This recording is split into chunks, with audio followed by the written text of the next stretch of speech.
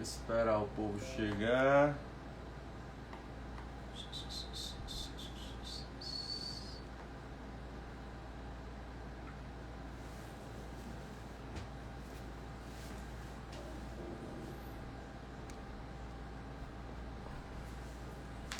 A galera já tá entrando. Pera aí rapidão, galera. Só ajeitar. Né? Pronto. Deixa eu... Pera.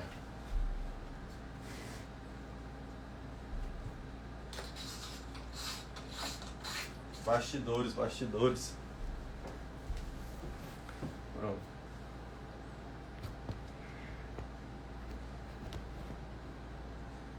Pronto. O treinador Thiagão já tá na área. Então, galera, sejam bem-vindos a todos que estão entrando aí. O bate-papo de hoje vai ser com um cara muito estudioso, dedicado à área da educação física, na área que ele atua. Então, tenho certeza que todos nós vamos sugar um pouquinho ele e aprender um pouquinho mais em relação a muitas coisas da educação física, tá bom? Então, eu já vou chamar ele aqui.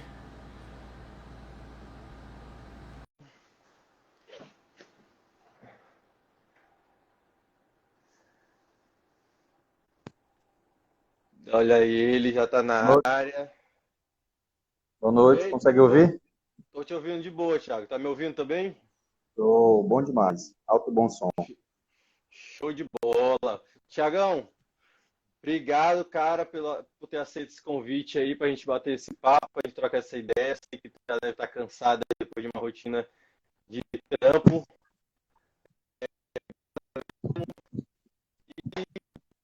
Né?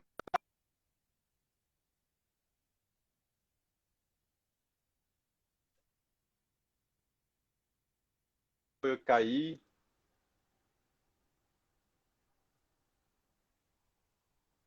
Para mim, para mim tá com...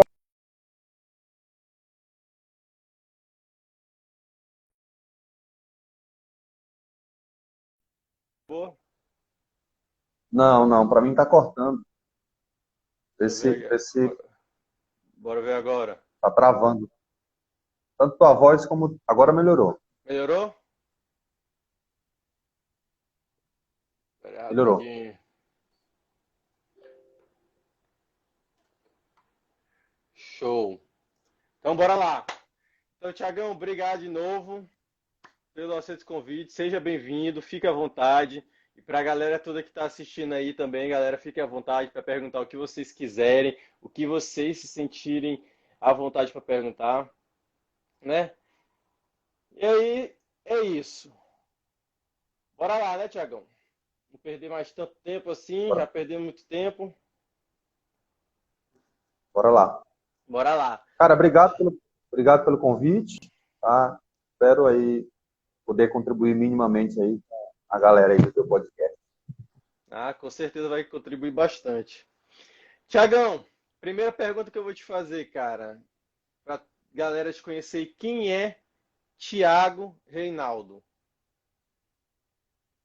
Eu sempre gosto de me titular como professor, né? Eu sou o Certo. professor Thiago Reinaldo. Então, sou bacharel em educação física, me formei Teresina, e aí nesse meio tempo eu fiz 4 especializações, então eu sou especialista em exercício, nutrição esportiva, grupos especiais e bodybuilding e coach.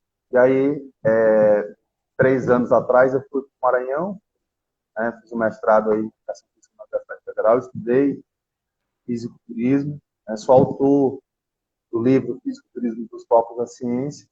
Atualmente eu estou como diretor de arbitragem da IFB Maranhão, e eu gosto de falar que eu sou professor, trabalho como personal também no período da tarde, aí em São Luís também trabalhava como personal, mas o que me move, o que me motiva é a docência. Eu sempre gostei de estudar e até hoje eu continuo com estudo muito bom, né? Sempre procurando associar a teoria com a prática. E é isso, Entendi, resumidamente. entendi, entendi, Thiago. E como que começou essa paixão pela educação física? Onde que tu te olhou e falou assim, caramba, é isso que eu quero fazer educação física mesmo? Ou não? Foi como meio que tu caiu de paraquedas e daí em diante foi uma coisa assim que tu se fascinou, vamos se dizer assim. Como foi esse Assim, teu não, contato com a não educação foi, física? não foi amor à primeira vista, né, como eu disse. Inicialmente eu tentei cursar Direito, foi uma das piores experiências da minha vida.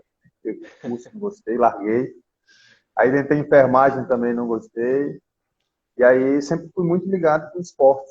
Eu sempre gostei dessa parte do esporte. Joguei futebol, muito tempo na escola, campeonato de 17. E em uma dessas partidas de futebol, a gente foi campeão no campeonato e eu ganhei um mês. Uma das premiações era um mês de musculação, né, em uma academia próxima da minha casa. E aí eu fui um mês, gostei inicialmente, depois abandonei, e aí depois continuei, não parei mais. Fiz muito tempo, né, lutas, e aí foi o meu gatilho a se apaixonar pelo fisiculturismo, porque os atletas de luta, eles fazem estratégias para perder peso, né, e no caso eu participava. Ah, sim. E aí eu sempre via aqueles caras fazendo loucura, né, já vi atleta se trancando em carro e ligando ali a temperatura, né, o ar quente do carro para perder peso. E é muito parecido com o fisiculturismo, né? Então essa foi a minha primeira ponte a estudar essa população especificamente. Esse foi a minha entrada, né? Não foi o amor à primeira vista, mas foi um processo de construção, assim como todo profissional, né? E é o que eu procuro falar para os meus alunos hoje. Eu, durante a minha graduação, eu nunca fui um aluno excepcional, né? Aquele cara que tirava 10, aquele cara que sentava na frente. Eu era um aluno mediano, né? E eu, como professor hoje, eu falo isso para meus alunos e eu posso falar sem medo, pelo pouco de experiência que eu tenho na docência. Nem sempre um bom aluno ele vai ser um bom profissional. E o inverso também é verdadeiro. Às vezes o reflexo do comportamento do aluno na graduação não se reflete nesse aluno no mercado de trabalho. E o inverso também é verdadeiro. Às vezes um aluno mediano na faculdade, ele consegue ser um bom profissional, né? A educação física hoje trabalha com múltiplos conhecimentos. Então, além de um bom conhecimento técnico, o marketing, o comportamento, uma linguagem, né, que a gente chama de linguagem não verbal, então a educação física está bastante complexa. E esse foi meu motor primário, né, se apaixonar pela educação. Sim, com certeza. Também é muito importante a gente estar frisando a questão da pessoa ser humana também, né? Ser humana além do profissional, porque tem muita gente que ser profissional, beleza, mas eu acho que esse lado humano, querendo ou não, a gente tem que colocar à frente disso. Não estou dizendo levar para o lado pessoal, mas ser na questão de humanização mesmo, né? Porque a gente vê hoje em dia aí tem muito profissional que extrapola, né? Sem necessidade alguma. Perfeito. E, Tiagão, como que começou essa paixão pelo fisiculturismo? Tu falaste aí da luta e tal, que começou, que achou interessante essa parte de desidratação, de perda de peso. E como que foi que tu olhou, e por que não seguir para a luta? Por que fisiculturismo? Porque, primeiro, né, as lutas, eu pratiquei um bom tempo, só que o que era feito nas lutas já tinha uma certa bagagem científica, né? A gente já tem trabalhos mais antigos, a área das lutas ela é relativamente mais estudada do que a área do fisiculturismo. E por participar, fazer o curso de arbitragem, participar e começar a participar de campeonatos, eu passei a perceber que os atletas de fisiculturismo, eles faziam coisas e fazem coisas aí que beiram praticamente o absurdo, né? E aquilo me incomodava, porque muitas vezes não, na grande maioria das vezes é desnecessário isso, né? E aí, poxa, por que não estudar uma comunidade, uma população que não é estudada, né? E por que talvez não levar essas informações para pessoas que trabalham com isso? Porque, por exemplo, na escrita do meu livro, eu não escrevi um livro para fisiculturistas. Porque se a gente parar para pensar, boa parte das pessoas que procuram uma academia hoje para treinar, independente do objetivo, elas têm algum apelo estético. Então, a pessoa ela quer melhorar o quadro hipertensivo, só que ela fala para ti assim, professor, eu também quero reduzir a gordura na região abdominal. Professor, eu estou com a dor nas costas, estou com a lombalgia, o médico me recomendou fazer exercício. Só que além de fazer exercício, né, eu quero ganhar, eu quero aumentar um pouquinho a massa muscular. Ou seja, no frigir dos ovos, sempre tem algum cunho estético associado a isso. E quando a gente pega o conceito da palavra bodybuilder, significa construção de um físico. Então eu falo muito isso para os meus alunos. Se você trabalha com personal como treinador, você é um treinador de um bodybuilder. A diferença é que o seu aluno, ele quer primeiro qualidade de vida e ele quer uma mudança estética, só que ele não tem um desejo de subir num palco. Mas os pilares são os mesmos. Você vai dar saúde para ele e atrelado à tua saúde, você vai melhorar a estética do aluno. Não tem essa pessoa que entra na academia hoje e com 2 meses ela não esteja se olhando no espelho da academia, percebendo que as roupas na região abdominal está mais folgada, que no braço dos homens está mais apertado, a calça, né, o glúteo está um pouco maior. Ou seja, as pessoas gostam de associar esses objetivos. Então, pensar de uma maneira mais holística, né, não somente no bodybuilding, mas na população geral, traz que a gente leve informações de qualidade, de segurança e de eficiência. Então, falaste um ponto muito importante sobre os profissionais. Hoje, quando alguém me questiona, quando alguém me pergunta, Thiago, o que é mais importante para um profissional de educação física hoje? É gerar aderência ao exercício.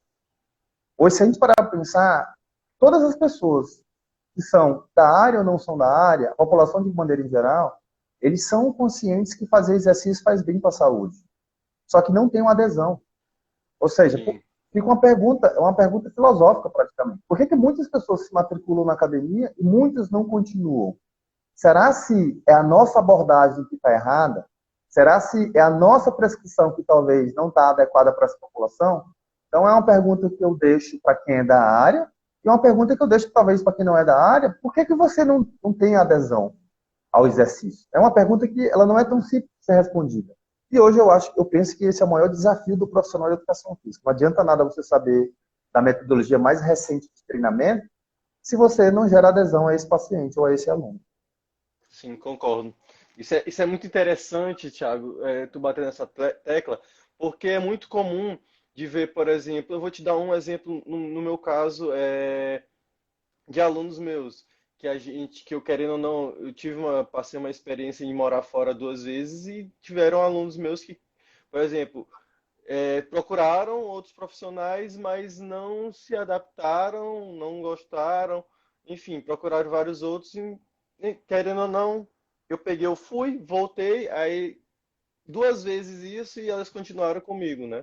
Então, querendo ou não, eu acho que há muita coisa que envolve essa relação, principalmente de personal com professor, além da questão profissional em si, da questão técnica, do conhecimento científico em si, né?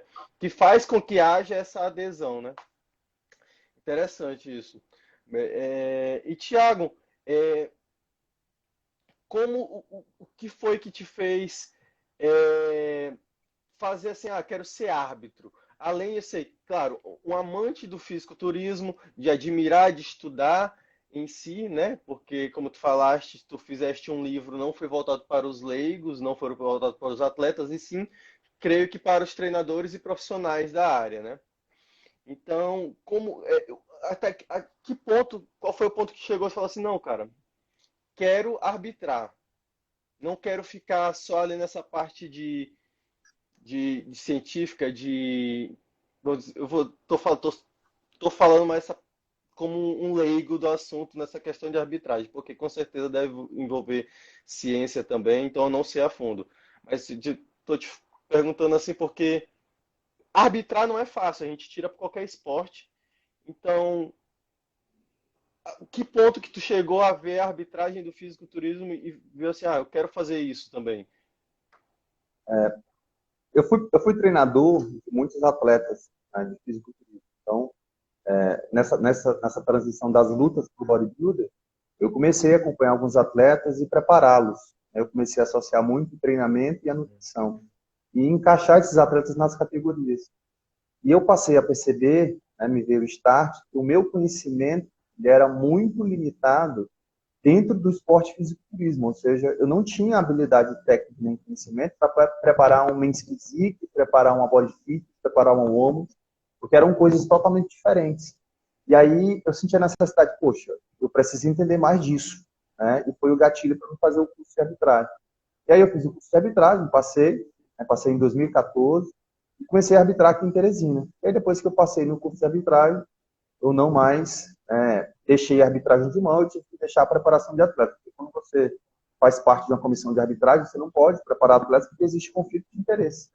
Né? E aí eu passei a estudar mais a fundo e me apaixonei novamente pelo processo. Porque eu sempre brinco nas academias, as pessoas querem ficar grandes. Né? Até no livro eu coloco isso. Ficar grande, todo mundo fica. Basta você treinar e comer um pouquinho. O difícil é ficar grande, simétrico, proporcional e com baixa quantidade de gordura. É isso que é difícil. É igual ficar seco. Ficar seco é fácil, no sentido figurado da palavra. Difícil é você ficar com baixo percentual de gordura e com uma boa quantidade de muscularidade. E quando a gente puxa para dentro do fisiculturismo, por incrível que pareça, Ramon, o meu sonho, cara, é que um dia, quando se falar em fisiculturismo, quando a pessoa abrir a boca para falar sobre fisiculturismo, se tem a mesma concepção que se tem no atletismo. Vou te dar um exemplo. Hoje, se qualquer pessoa chegar para ti e dizer assim, olha, Ramon, eu sou atleta de atletismo. Ou não necessariamente para ti, mas para uma pessoa que é leiga. Eu sou atleta de atletismo. Imediatamente, o que essa pessoa vai te perguntar? Em que modalidade você compete? Você compete no salto de barreira, você compete nos 100 metros, você compete no 800, você corre a maratona. Ou seja, na cabeça da população em geral, está muito claro que quando se fala em atletismo, eu estou falando de coisas completamente diferentes. Estou falando de um esporte em geral, só que ele é subdividido em várias categorias. Hoje, quando se fala em fisiculturismo, o que as pessoas pensam? Definição, simetria, proporção e baixo percentual de gordura. Ou seja, que é um erro. Porque dependendo da categoria que o atleta participar, se ele tiver um alto grau de muscularidade, ele vai perder, ele não vai ganhar. Tem categorias que o atleta precisa ser desproporcional. Tem categorias que o atleta não pode ter uma quantidade de gordura muito baixa. Então, dentro do esporte fisiculturismo, a gente vai ter várias variações que são praticamente infinitas, porque existem muitas categorias. E aí eu gosto de fazer o link até para o nosso aluno comum. Eu sempre trago isso para a nossa realidade, porque o treinador ou o profissional que talvez esteja assistindo a live diz assim, mas esse assunto não me interessa. Bodybuilder. Só que se a gente parar para pensar, às vezes o nosso aluno chega para a gente e diz assim, Ramon, cara, a minha coxa, ela está hipertrofiando, só que na região distal, próximo do meu joelho, eu não tenho uma hipertrofia muito boa. Ou seja, o teu aluno está te questionando que uma região da musculatura não está crescendo proporcionalmente. E isso a gente tenta melhorar no fisiculturismo. Tem categorias, por exemplo, as wellness, que a coxa da menina próximo do quadril tem que ser o mesmo formato próximo do joelho, aquela coxa que é quadrada. E aí vem a pergunta, poxa, eu posso transferir isso para o idoso? Posso. Quando a gente pega um indivíduo no processo de senescência, quanto menos massa muscular ele tem na região distal do joelho, maior o risco de lesão. Ou seja, eu posso fazer algumas analogias com a nossa prática. Isso a gente discute dentro da ciência, que a gente chama de hipertrofia regional. Ou seja, eu quero melhorar pontos específicos da minha musculatura em variações de estratégia de treinamento. Então, o conceito que eu tenho de físicos diferentes dentro do bodybuilder, eu posso aplicar numa gestante, eu posso aplicar no idoso, eu posso aplicar no indivíduo que tem hipercifose, eu posso aplicar em várias populações, contanto que eu entenda como eu possa fazer isso. E é até interessante também tu saber como fazer isso, porque às vezes tem muito aluno curioso que te pergunta, tá, mas por que desse exercício? Tá, mas por que disso? E é até muito válido tu entender isso, porque vai ter a capacidade de explicar para o teu aluno, né? Não simplesmente tu falar, eu vi, ou então eu estudei no artigo que é bom fazer esse exercício porque vai aumentar. Tá, mas por quê? E é sempre bom a gente ter essa explicação, né? A nível osteomioarticular também, que envolve, quando a gente se fala de anatomia, a gente está falando também de osso, de ligamento e de músculo, né? Pô, bacana. Mas, Tiagão, o que que te fez, por exemplo, tu já tinha uma vida em Teresina, na tua área, na área da educação física, árbitro, eu não sei, tu já lecionava em si, né, em Sim, faculdade, sim. sim, E o que que sim. te fez vir para São Luís, cara? O que que te fez vir Cara, para cá e largar tua vida primeiro, aí? primeiro assim, até hoje eu tenho essa mentalidade. Eu não me preocupo com título de mestre, título de doutor. Até porque eu tenho certeza que os indivíduos na graduação tiveram vários professores que o cara era especialista, o cara dava um show na aula.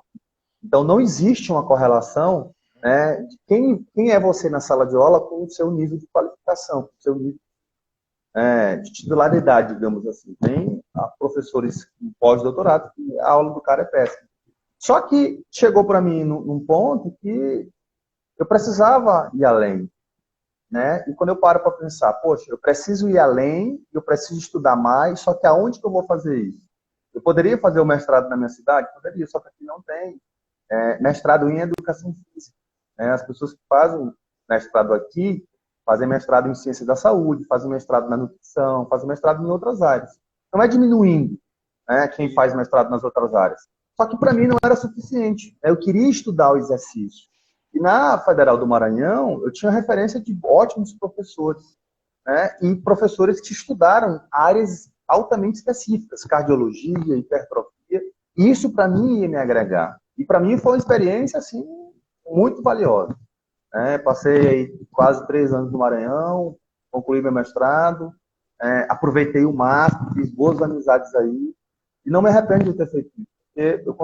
É aquela história, né? A gente só sabe o limite da nossa ignorância quando a gente desconhece alguma coisa. A melhor coisa, né, que pode acontecer é quando você é ignorante, porque você desconhece o limite da sua ignorância. Aí quando você começa a conviver com pessoas que estudaram aquilo mais profundo, você começa a perceber que o que você sabe é muito pequeno. Então, para mim, sempre que me motivou a fazer o mestrado no Maranhão foi o nível dos professores. É indiscutível, e aí eu deixo até para quem está assistindo essa live. A gente tem, claro, todo local tem professores bons e ruins, mas, de uma maneira em geral, o quadro de professores do mestrado aí em educação física é um quadro muito bom. Isso, obviamente, termina jogando a régua para cima. Tive a oportunidade também de conviver no laboratório com pessoas excepcionais, a Fernandinha está aí na live, alunos de doutorado, aprendi muito sobre suplementação, creatina, betalanina, treinamento de restrição de fluxo sanguíneo. Então, você termina absorvendo conhecimentos que terminam te ajudando de alguma forma.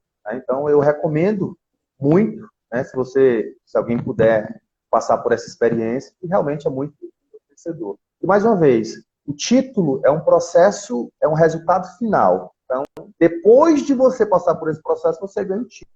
Tem pessoas que pensam o contrário, né? Que querem título É como se para... fosse uma consequência, né, Tiagão? Porque tu Perfeito, cara, pode, perfeito. assim como tu pode ter o título, tu também pode não ter. Isso vai depender do teu desempenho Perfeito. durante o curso e é Eu, isso. ve, eu vejo a vida acadêmica, cara, hoje como um processo de hipertrofia. Eu curto o processo. O resultado final, se eu vou ganhar um mestrado, se eu vou ganhar um doutorado, para mim não importa. O importante é o processo. Quem você entra e quem você sai. E na nossa área, a gente chegou num nível na educação física e a educação física está altamente especializada. E é uma coisa que eu bato na tecla.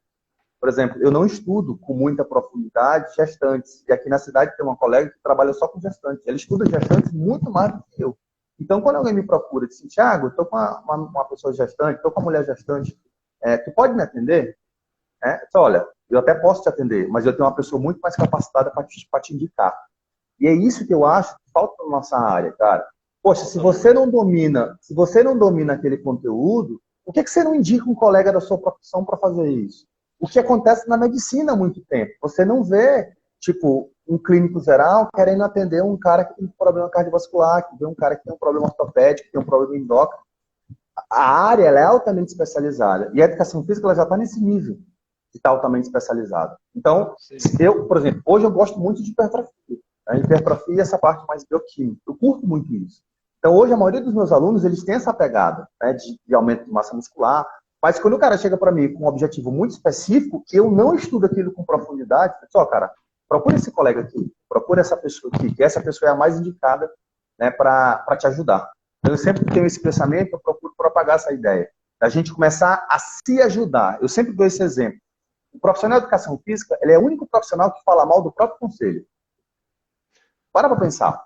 Ele é o único profissional que fala mal do próprio conselho. O conselho, realmente, ele pode até não prestar. Mas, se a gente parar para pensar, pensa nas áreas de saúde de maneira em geral. É uma coisa que não acontece muito em outras áreas. Então, a gente tem que procurar se comportar com o profissional de educação física de uma forma um pouco mais profissional, digamos assim. De respeitar o colega, de indicar aluno para outras especialidades. E, com isso, todo mundo cresce e você fica referência naquele nicho em específico. É engraçado falar isso, porque hoje em dia o que é mais comum da gente ver, pelo menos que eu vejo, né, Thiago, as pessoas se formam e coloca lá, tu vai ver, não tem uma especialização. A especialização que eles acham que tem, assim, é que eles até colocam na bio do Instagram. Emagrecimento, hipertrofia e é isso. Eu fico vendo assim, eu falei, gente, mas isso qualquer pessoa, se começar a malhar e se alimentar direito, é capaz de emagrecer e de hipertrofiar. Mas enfim, Tiago, em relação a questão do curso que tu falaste, né, que lá aí em Teresina não tem um curso, um mestrado em educação física e tal. Eu até comento isso com quem segue mais essa parte acadêmica, que eu conversei com o Breno e tal. Tu achas que ainda é muito vago essa, esse leque de opções de curso para a educação física? Porque, por exemplo, eu acho muito amplo, uma coisa muito ampla, mestrado em educação física, entendeu? Esse foi um dos motivos de eu procurar fazer um mestrado fora, porque eu sempre gostei o quê? De alta performance, de treinamento esportivo em si, trabalhar com esporte voltado para alto rendimento, alta performance. Então eu procurei aonde tinha um mestrado que me agradava, que foi justamente isso, né? Um treinamento esportivo voltado para alto rendimento. Então, tu achas que aqui tem essa carência ainda? Porque, não sei, não me agrada muito esse mestrado em educação física. Eu acho uma coisa muito ampla, como tu falaste, né? Às vezes é totalmente diferente tu pegar e seguir uma residência médica voltado para ortopedia, oftalmologia e etc. E a gente pegar um mestrado em educação física. É muito difícil tu pegar um mestrado em medicina, por exemplo. Entendi. Qual a tua Eu opinião acredito, sobre isso em relação? eu acredito, Ramon, assim, que o mestrado em educação física é mais uma maneira de formalizar que o mestrado é específico na área. E dentro do mestrado a Sim, gente tem duas linhas. sim. Né? É uma linha biodinâmica do movimento humano, que foi a linha que eu concluí o meu mestrado. E tem outra linha que acho que é doenças crônicas, alguma coisa não transmissível, alguma coisa do tipo. E dentro dessas linhas, você pode procurar um orientador que estude um tema em específico, que foi o que eu fiz. Por exemplo, no laboratório onde eu entrei, na Universidade Federal, o professor ele não estudava essa linha fisiculturismo. Foi depois de... Eu passei uns 4 meses estudando creatina e restrição de fluxo sanguíneo. Né, o meu projeto ia ser esse. E aí, dentro da arbitragem, eu levei meu orientador para o campeonato, ele gostou, e aí, Tiagão, bora mudar o projeto, bora fazer isso. Então, se você, tipo assim, você já tiver uma ideia de que você quer estudar, se você procurar um orientador que tope, né, estudar isso, eu acho muito válido. Isso talvez foi um motor muito grande para mim fazer o meu mestrado, né, com unhas e dentes. Porque eu vejo muitos colegas, até conversei com o Breno sobre isso, que fazem um projeto que não é dele, é do orientador. Aí você vai só para concluir. Cara, eu já ouvi muitos casos de gente que faz isso. E eu não vejo muita utilidade nisso. Né? Eu acredito que o orientador, a função dele é essa. Ele vai te orientar no processo. Só que o gasto energético, o percurso todo é seu. Né? Ele vai lhe dizer assim, ó, vá por isso, eu lhe oriento em relação a isso. Mas a ideia do projeto ela é sua, que no meu caso foi o que aconteceu. Né? E eu tive a sorte de meu orientador topar. Né? Ele gostava do assunto, então para ele foi legal porque ele também passou a aprender sobre o fisiculturismo e assim, é um universo muito amplo. Então assim, dentro da Universidade Federal, por isso que eu gosto do programa da UFMA, né? Porque ela te dá essa liberdade se você escolher o orientador correto. E aí, nesse caso, já é um limitante. Né? Às vezes, nem todo orientador ele é muito acessível em relação a isso. Então, assim, vai de muita pesquisa, né, e muita paciência para você conseguir seu objetivo em relação a isso. Entendi. É, no caso em si, tu falaste que tu fez um livro e etc. O teu livro, como que partiu essa É ideia isso de aí. fazer um livro? Isso, fisiculturismo, né? Dos palcos à ciência, né? Bom, na verdade, eu já tinha começado esse projeto antes de entrar no mestrado, né, tinha rabiscado alguma coisa já, e aí a ideia foi amadurecendo. Eu fui tentando compilar muita informação, mas deixar de uma maneira que ficasse fluida, que um indivíduo, talvez, que gostasse da área, mas que não fosse um profissional, ele entendesse. Então, por exemplo, no livro eu discuto sobre o processo de emagrecimento, eu discuto, por exemplo, por que não faz sentido um indivíduo destreinado utilizar termogênicos para emagrecer, a diferença de mobilização de gordura e envio desse ácido graxo para dentro da mitocôndria, coisas que, teoricamente, são discutidas em indivíduos comuns, que buscam, por exemplo, a redução percentual de gordura. E aí eu procurei juntar, obviamente, a ciência e juntar um pouco mais dessa parte prática voltada para indivíduos que não são fisiculturistas, mas que desejam aí uma melhora do apelo estético. Então, geralmente, em média, eu demorei 4 anos na escrita desse livro. Desde as ideias, publicação, revisão, enfim, é todo um processo burocrático. Sim, é demorado mesmo. Mas tem a ver em si com a tua dissertação? Tua dissertação foi em quê, Thiago? Não, porque a minha dissertação ela foi muito pesada do ponto de vista de colocar no livro. Eu estudei as variáveis biológicas que os caras fazem na semana de pico. Eu analisei espessura muscular, desidratação, gravidade específica da urina. E discutir isso com um treinador não gera tesão. O cara não vai se apaixonar eu explicando para ele que a osmolaridade da urina do atleta estava dando 1040 milimol. Assim, o cara não quer saber disso. Sim. Ele quer saber por que ele tem que tirar água lá na semana que a pele vai colar. Entendeu? Tipo assim, é uma linguagem mais simples, mais técnica, para que seja entendido. Entendeu? Então, assim, eu não tirei muitos dados do meu mestrado para colocar no livro. O livro realmente ele fala sobre fisiculturismo, de uma maneira geral. E como que eu encontro esse livro? Cara, ele está à venda única e exclusivamente no meu perfil do Instagram, na link da bio. Então você clica lá, tem o livro à venda. Show de bola. Tá quanto, Thiago? Tá R$ 89,90, mais o valor do frete. Show de bola. Entendi. E, Thiago, é fácil ser árbitro de fisiculturismo? Cara, não. Assim como em qualquer outro esporte. Eu falo que ser árbitro requer muito estudo e um olho muito treinado. Para você conseguir, em poucos segundos, diferenciar ou ver se aquele atleta está dentro da categoria. E o campeonato é muito rápido. E eu, quando eu estou naquela mesa, eu lido. E eu tento passar com os colegas árbitros. Alguns são mais experientes, outros nem tanto. Para lidar com isso com muita responsabilidade. Sempre que o pessoal fala mal da arbitragem, mas é uma coisa que eu tenho minha consciência tranquila em relação a isso. Porque eu sei, mais do que ninguém, o que o atleta fez e não fez para estar ali. Então, assim, a única coisa que o atleta merece é ser julgado de uma forma justa. Isso é principalmente a realidade do Nordeste. Então, assim, realmente não é fácil. Quando o atleta ganha, ele te acha a melhor pessoa do mundo, te coloca no céu. E quando ele perde, ele te acha a pior pessoa do mundo e ele nunca vai reconhecer que realmente ele não tinha potencial para ganhar aquela categoria. Mas o que eu mais vejo, Ramon, hoje, são os treinadores desconhecendo os padrões das categorias. Cara, a gente faz cursos de arbitragem, por incrível que pareça, aparece 1 ou 2 treinadores. Geralmente são os mesmos treinadores. Ou seja, a galera que mais reclama é a galera que menos estuda. Essa é a verdade. É complicado. Então, assim, e seria de suma importância os treinadores estarem no curso de arbitragem, até mesmo para eles saberem, né? Poxa, você vai ouvir de quem vai julgar os seus atletas. Então, assim, imagina que você vai fazer um vestibular e você vai para uma revisão com um professor que fez a prova que você vai concorrer ao vestibular. É mais ou menos essa analogia.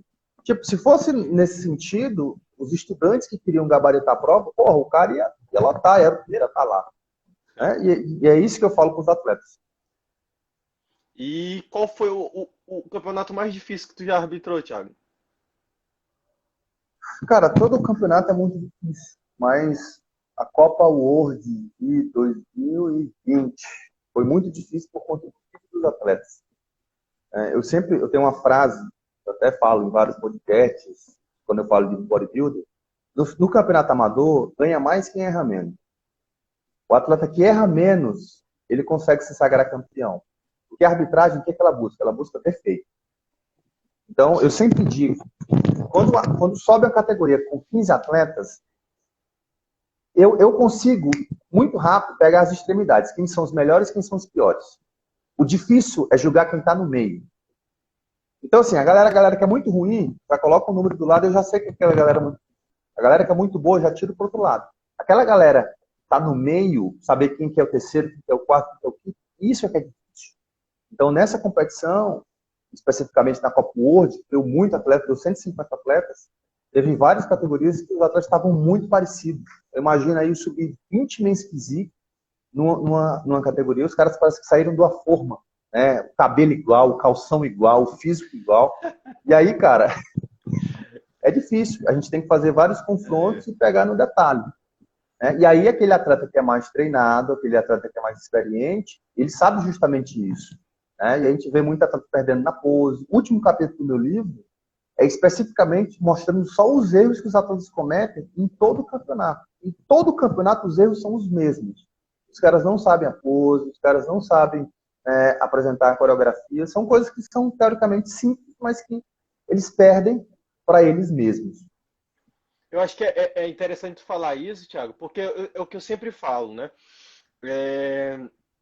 Como eu já fui atleta, eu acho que mesmo que a gente não seja profissional, mesmo que a gente não ganhe dinheiro e acabe sendo um hobby, porque na minha opinião, o que eu não faço que não seja remunerado é um hobby para mim, né? Que se eu faço por prazer, por gostar, é um hobby. Se eu estiver ganhando dinheiro, aí se torna uma coisa mais profissional. Enfim, as pessoas tratam aquilo como às vezes como uma coisa qualquer, não são tão profissionais. Então, tipo assim, na época que eu lembro que eu era atleta de futebol americano, eu fazia minha dieta, eu fazia minha musculação, não faltava treino, então eu levava uma vida regrada, como se eu fosse um atleta mesmo que me pagassem para fazer aquilo, porque eu sei que aquilo ali me renderia um bom resultado, né? Então eu vejo que tu fazendo o teu trabalho não só, vamos dizer, dentro do campo, mas tu fazendo um extracampo também, né? E sem encher, é só um hobby, etc. Ah, beleza, que é um hobby, mas poxa, se tu quer ser o melhor, tu tem que fazer aquilo ali não só porque tu quer ser o melhor, tu quer ser o top 1, independente de ser um hobby ou não. Né? Se tu quer ser o melhor, tu tem que fazer mais do que como se fosse só um amador, né? Então eu acho assim, a partir do momento que tu assim, começa a fazer um esporte e que tu quer ser o melhor nele, acho que tem que esquecer mais sobre essa questão do amadorismo e sim tratar como se fosse um profissionalismo mesmo, o esporte, né? Então acho que acaba aí Profissional no que acaba que os atletas acabam pecando em pequenos detalhes que não deveriam faltar, porque, né? Como tu falaste, é quem erra menos, então tu tem que ser completo. Eu sempre digo que o atleta experiente ou bem treinado, ele consegue nas poses mostrar o que ele tem de melhor, esconder o que ele tem de pior. Então, por exemplo, Vender que é um mundo tem de muita atleta ilusão, que chega né? pra... Isso. Tem muita atleta que chega para mim no backstage, mostra uma foto do cara com uma protusão abdominal gigantesca. Olha o atleta tal, tava com uma barriga gigante. Eu disse, cara, ele não conseguiu relaxar essa barriga no palco. Tem atletas que têm ginecomastia e o cara faz alguma coisa lá no fundo do palco e no palco eu não vejo ginecomastia do cara. Como é que eu vou despontuar uma coisa que eu não estou vendo? O campeonato acontece em cima do palco. Então, quando o atleta está no palco, o palco ele é santo para ele. Do mesmo jeito que o dojo é sagrado para o lutador, o palco ele é sagrado para o atleta. Eu não quero saber quem é esse atleta no nível de mídia social, quem é esse atleta no backstage. Subir no palco, ele vai ser avaliado. E é isso muitas vezes que os atletas esquecem. E aí, mais uma vez, você vai se apresentar debilitado, desidratado, com a cabeça que não está muito legal. Então, quanto mais no automático o atleta tiver nesse dia, mais fácil vai ser a apresentação dele. E é por isso que a gente observa que os atletas mais experientes, até no livro eu falo sobre isso, a última semana de competição não é semana de finalização, é uma semana de ajustes finais. Qual que é a diferença de finalização para ajuste final? Finalização, a palavra finalização, para quem não é da área do turismo, finalização são as estratégias que os atletas fazem na última semana para tentar melhorar o máximo. E a palavra finalização, ela traz a ideia que o físico do atleta só vai estar pronto na última semana. Isso é um erro. Porque boa parte das coisas que os atletas fazem, talvez até piora mais o físico do que melhora. Então eu gosto de chamar essa última semana de ajustes finais. Então se eu pudesse colocar em percentual, o que o atleta faz nessa semana tem a possibilidade de melhorar o físico dele 5%. Só que se ele errar, pode piorar 30%. Ou seja, você vai arriscar nessa última semana de competição uma estratégia que pode melhorar teu físico somente 5%. Só que se você errar nessas estratégias, teu físico ele pode piorar 30%. E foi isso que eu observei nos dados do meu mestrado. E é isso que a gente observa na prática. Quando você observa o atleta muito experiente, aquela última semana de competição, o cara entra tranquilo, ele entra suave, ele continua treinando. Quando eu vejo na competição o men's physique com o rosto desconfigurado, um cara totalmente debilitado, eu já sei que ele fez estratégia totalmente agressiva. E aí, são coisas que são desconhecimentos básicos, porque quando a gente pensa, por exemplo, nesse aumento do tamanho dos músculos, quando você começa a arbar, e geralmente as competições amadoras, o campeonato é no sábado e a competição é no domingo, bioquimicamente, não tem tempo de você conseguir aumentar a quantidade de glicogênio dos músculos. O glicogênio do fígado, ele aumenta muito rápido, os músculos não aumentam. É uma média de 48 a 72 horas para ter esse processo. E é por isso que geralmente os atletas falam assim: olha, professor, eu estava com o físico melhor 2 dias após o campeonato. Ou eu estava com o meu físico melhor na segunda-feira, após o campeonato. Porque justamente deu tempo de acontecer todo o processo que a gente chama de glicogênese, que seria essa formação da molécula de glicogênio. Então, o que eu percebo? O desconhecimento de conceitos básicos do fisiculturismo leva a estratégias totalmente extremistas. Vou te dar um exemplo. O que os caras fazem na última semana? Eles fazem uma hiperidratação para gerar desidratação. Então, de uma maneira simples, o que eles fazem? Eles começam com uma quantidade de água muito alta, então, sei lá, 10 litros de água por semana, e aí eles vão diminuindo. 10, 9, 8, 7. Qual que é a ideia por trás disso? Quando você começa a aumentar muito a volemia, o organismo ele tem mecanismos que são altamente específicos para regular a tua osmolaridade do plasma e regular a tua pressão arterial.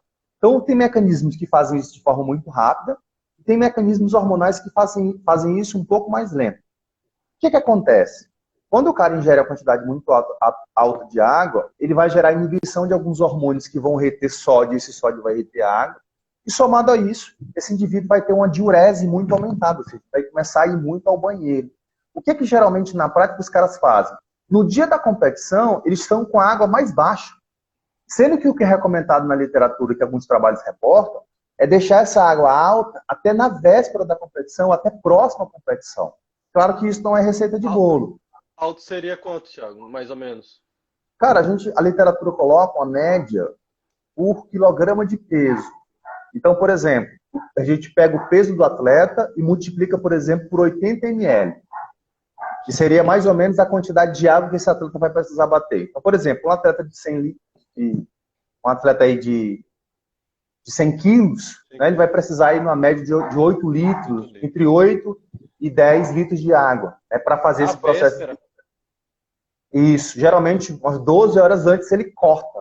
E aí ele não fica sem água, ele reduz uma quantidade mínima de água. E aí tem vários problemas que os caras fazem. Os caras ficam sem sódio. Aí a gente vai lembrar da fisiologia básica. O transporte de glicose lá nos transportadores intestinais é sódio dependente, depende de sódio. O sódio depende também do processo de contração muscular, então o atleta vai ficar mais debilitado. Ou seja, o cara fica sem água, não existe síntese de glicogênio sem água. Então você vai juntando vários erros que os caras fazem na semana de competição por desconhecer mecanismos que são teoricamente simples dentro da fisiologia humana.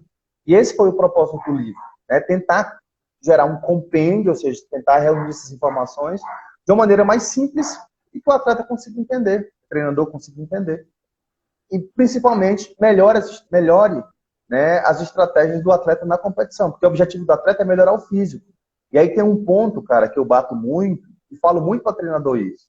Um bom treinador, ele se preocupa com esse atleta pós-competição. Porque boa parte dos efeitos deletérios que a gente tem com essas estratégias de fisiculturistas não é durante a semana de competição, é após a competição. Os caras aumentam o peso de forma muito rápida, que a gente chama de rebote.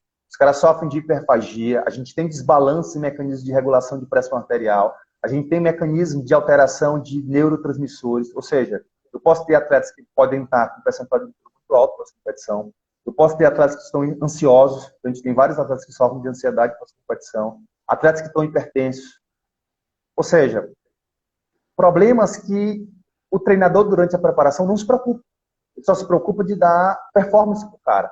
Só que um bom treinador, ele se preocupa com o atleta durante todo o processo. Antes, durante e após. Lembrando que o nível das competições, por exemplo, o nível da competição que eu participo, eu faço parte da IFBB amadora. Então, como tu bem falaste, o atleta não ganha dinheiro para isso, é um hobby. Só que eu penso o seguinte, todo hobby que sacrifica a tua saúde, não é muito inteligente você fazer isso. Né? E eu digo o seguinte, eu não sou demagogo de dizer assim, olha, cara, não existe doping no fisiculturismo. Óbvio que existe. Só que a minha função como professor é reduzir dano. Eu converso com o atleta para reduzir dano. Bom, e é uma das coisas que me incomoda muito na graduação de educação física, porque durante a minha graduação e até pós-graduação e até no próprio mestrado, quando você ouve falar de fisiculturismo, é o professor associando com esteroide anabolizante. Tipo assim, é o cara falando mal. Aí, porra, por que o cara fala mal se o cara desconhece? Isso me incomoda. Isso me irrita de uma certa forma. Porque, pô, você fala mal porque você desconhece. Então, hoje na graduação, eu procuro tentar falar sobre esporte, porque olha só a ironia do destino. A gente vê na graduação natação, basquete, handebol, futebol, musculação muito superficialmente, e a gente não vê fisiculturismo. A gente não vê a base do treinamento de força, que é o fisiculturismo. Tudo que se faz na academia hoje, de 7, tricep, rest pause, veio da galera lá da década de 70, veio lá de Arthur Jones, Mike Menzies, toda essa galera. Ou seja, tudo que é feito numa sala de musculação hoje, ela veio do bodybuilding. Então, quando você despreza o fisiculturismo, por mais que você esteja desprezando a base do treinamento esportivo, muitas coisas realmente são descartáveis. Muitas coisas que os atletas fazem não vale a pena porque é praticamente a loucura, mas outras coisas realmente têm fundamentação. A gente já sabe, por exemplo, há muito tempo, quando a gente olha a composição corporal das pessoas, que na sala de musculação a gente tem uma associação muito maior com melhores quadros de composição corporal em relação à muscularidade, redução do percentual de gordura. E os bodybuilders já sabem disso há muito tempo. Então, assim, muita coisa que é extraída de lá, a gente pode aplicar no nosso aluno. E é um discurso que eu procuro ter. Por mais que você não trabalhe com isso, tenta frisar, tenta focar realmente no que é importante. Eu acredito que um bom professor, Ramon, ele faz o seguinte: todo curso que eu vou ministrar, eu sempre começo meus cursos dizendo o seguinte: olha, não concordem com tudo que eu vou falar aqui. Eu não quero gurus e eu não sou pastor. Eu não vou dizer amém e vocês vão concordar comigo, amém. Eu quero que vocês filtrem o que eu vou falar. O que for bom para a sua prática, você aplica. O que eu falar para ti contribuir, tampa teu ouvido ou entra no ouvido e sai no outro. E vida que segue. Ponto final. E é isso que eu vejo que falta muito na educação física. Não você ser seletivo com conhecimento, mas você tentar beber de várias fontes. E essa é a minha missão como professor hoje. É tentar dar uma cara diferente para o bodybuilding. Não associar muito a esteroide anabolizante, a droga. Eu sempre digo o seguinte... Um pouco também de curiosidade dos discentes, né, Reinaldo? Ô, Thiago. Cara, acho que curiosidade... Querer saber o que curiosidade... porque, tipo assim, é muito fácil a gente chegar e dizer, para tu ser bodybuilder, tu tem que tomar bomba e malhar. E comer. Tá, mas tem que ter uma lógica em si, porque não é só tomar bomba, ou anabolizante, comer e malhar, não é só isso. Tem toda uma explicação por trás do bodybuilder, né? Então, acho que, tipo assim, às vezes as pessoas sabem o superficial, mas não sabem o específico e acabam tendo aquele preconceito, seja com o fisiculturismo ou com qualquer outro esporte, né? Eu acredito, Ramon. Todo esporte é por isso. Já passou por esse processo de transição. E o fisiculturismo está vivendo isso agora. A gente nunca viveu uma divulgação em massa do bodybuilder como está acontecendo agora a nível de mídia social. Em relação aos professores da graduação, eu percebo que realmente é a falta de conhecimento do esporte, é um pouco de preconceito, em relação ao esporte em si, e é muita desinformação. Então, tudo que eu desconheço, eu tendo a ter um certo receio. O uso de esteroides, é claro. No livro eu falo muito sobre isso. O uso de esteroide, ele provoca mudança. Ponto. Mudança não significa melhoria. Então, quando alguém toma algum esteroide, ele muda. Isso não quer dizer se é para melhor ou se é para pior. Eu sou muito chato, Ramon, assim, com termos técnicos. E a gente usa muita coisa na nossa área e a gente não pensa no sentido daquilo. Por exemplo, quando a gente parar para pensar, músculo alonga. Quando eu paro para pensar nesse conceito, o alongamento significa o seguinte: uma estrutura que sofre deformação e ela não volta para o seu tamanho original. Ou seja, o que que alonga? Osso alonga, músculo não alonga. O osso, ele sofre alongamento, o músculo não necessariamente. Então, assim, são várias coisas que a gente vai falando e que a gente não para pensar no conceito daquilo. Vou te dar um exemplo. A gente fala muito a palavra adaptação dentro do esporte. Quando a gente pega o conceito da palavra adaptação significa mudanças crônicas, mudanças lentas, mudanças a nível populacional e mudanças que são irreversíveis. Ou seja, quando eu paro e penso nesse conceito de adaptação e eu penso na característica do esporte, o que acontece com o esporte não é adaptação, é ajuste. Porque quando eu paro de estimular aquele sistema, existe o princípio da reversibilidade. Então, se eu paro para pensar, o que acontece no esporte hoje, cara, sei lá, talvez 1% é adaptação. Vou te dar um exemplo. Uma mudança de genes que são passados de pai para filho. Né? Genes silenciadores de obesidade ou genes estimuladores de ambientes, né, mais, digamos assim, mais adipogênicos, mais inflamadores, que geram mais acúmulo de gordura. Talvez isso seja uma adaptação, porque a gente consegue passar de uma geração para outra. Quando eu aumento a força na academia, isso não é uma adaptação, isso é um ajuste.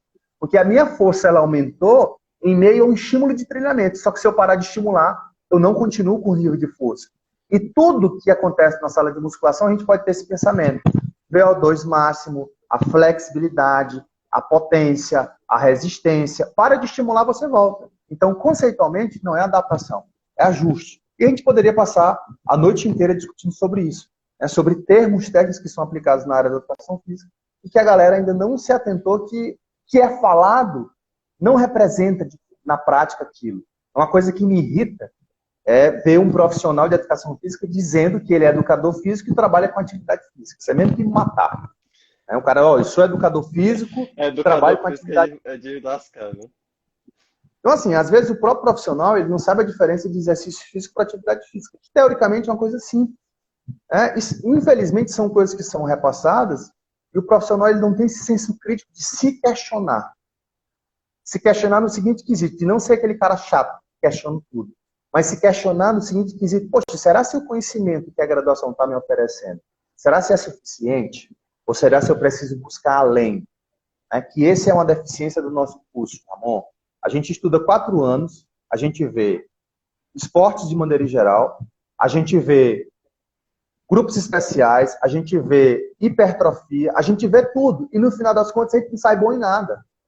Eu digo, cara, olha a insanidade. Você passa 4 anos vendo o superficial do superficial e quando você se forma, você quer trabalhar com gestante, com cardiopata, com obeso, com cara do bodybuilder, com cara da natação. Eu disse, cara, isso está errado. A Federal do Rio de Janeiro, Ramon, ela já tem uma pegada diferente. Ela foi a primeira federal do Brasil a separar isso, a colocar um curso de educação física e um curso de atividade física e saúde, ou de exercício e saúde. Qual que é essa proposta desse curso?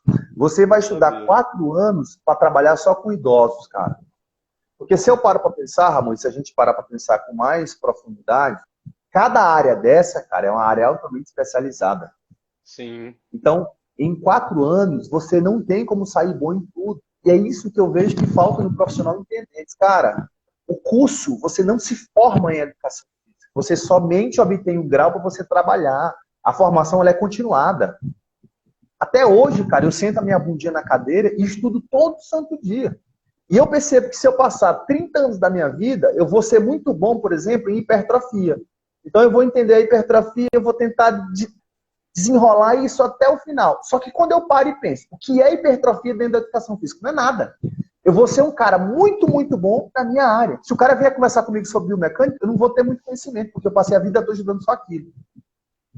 Entende? Então, assim, se você não entende que você não vai ser bom em tudo, você vai ser um cara mediano em tudo.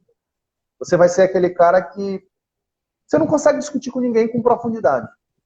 E eu, como eu te falo, eu sei que tem gente que pensa o contrário. E eu sempre digo o seguinte, e até tu falou sobre isso. O exercício físico, cara, ele é tão bom que o profissional ele faz tudo errado e no final dá tudo certo. Porque pense, se a educação física fosse igual uma cirurgia, cara, o quanto de gente que já tinha sido assassinado dentro de academia. O exercício físico é algo fantástico. A gente faz muitas vezes tudo errado e no final dá tudo certo. Eu sempre brinco. Quando você pega um cara, um indivíduo que é iniciante, né, e na Bodytech aí eu tinha alguns alunos assim, porra, pensa, nunca treinando da vida. O cara já chega pra mim assim, Thiago, cara, eu odeio musculação e eu só tô aqui porque eu machuquei o meu joelho e o médico disse que eu tenho que fazer um fortalecimento. Ou seja, o cara já tem aquele receio da musculação. Ele já não quer ficar dolorido. Então eu paro e penso. A gente vai para a literatura científica e vai para a prática. Poxa, se eu pegar esse indivíduo que nunca treinou na vida e eu fizer 4 exercícios e mandar o cara embora, ele tem o mesmo resultado dentro de 12 semanas se eu fizer 10 exercícios e o cara passar 1 hora na academia.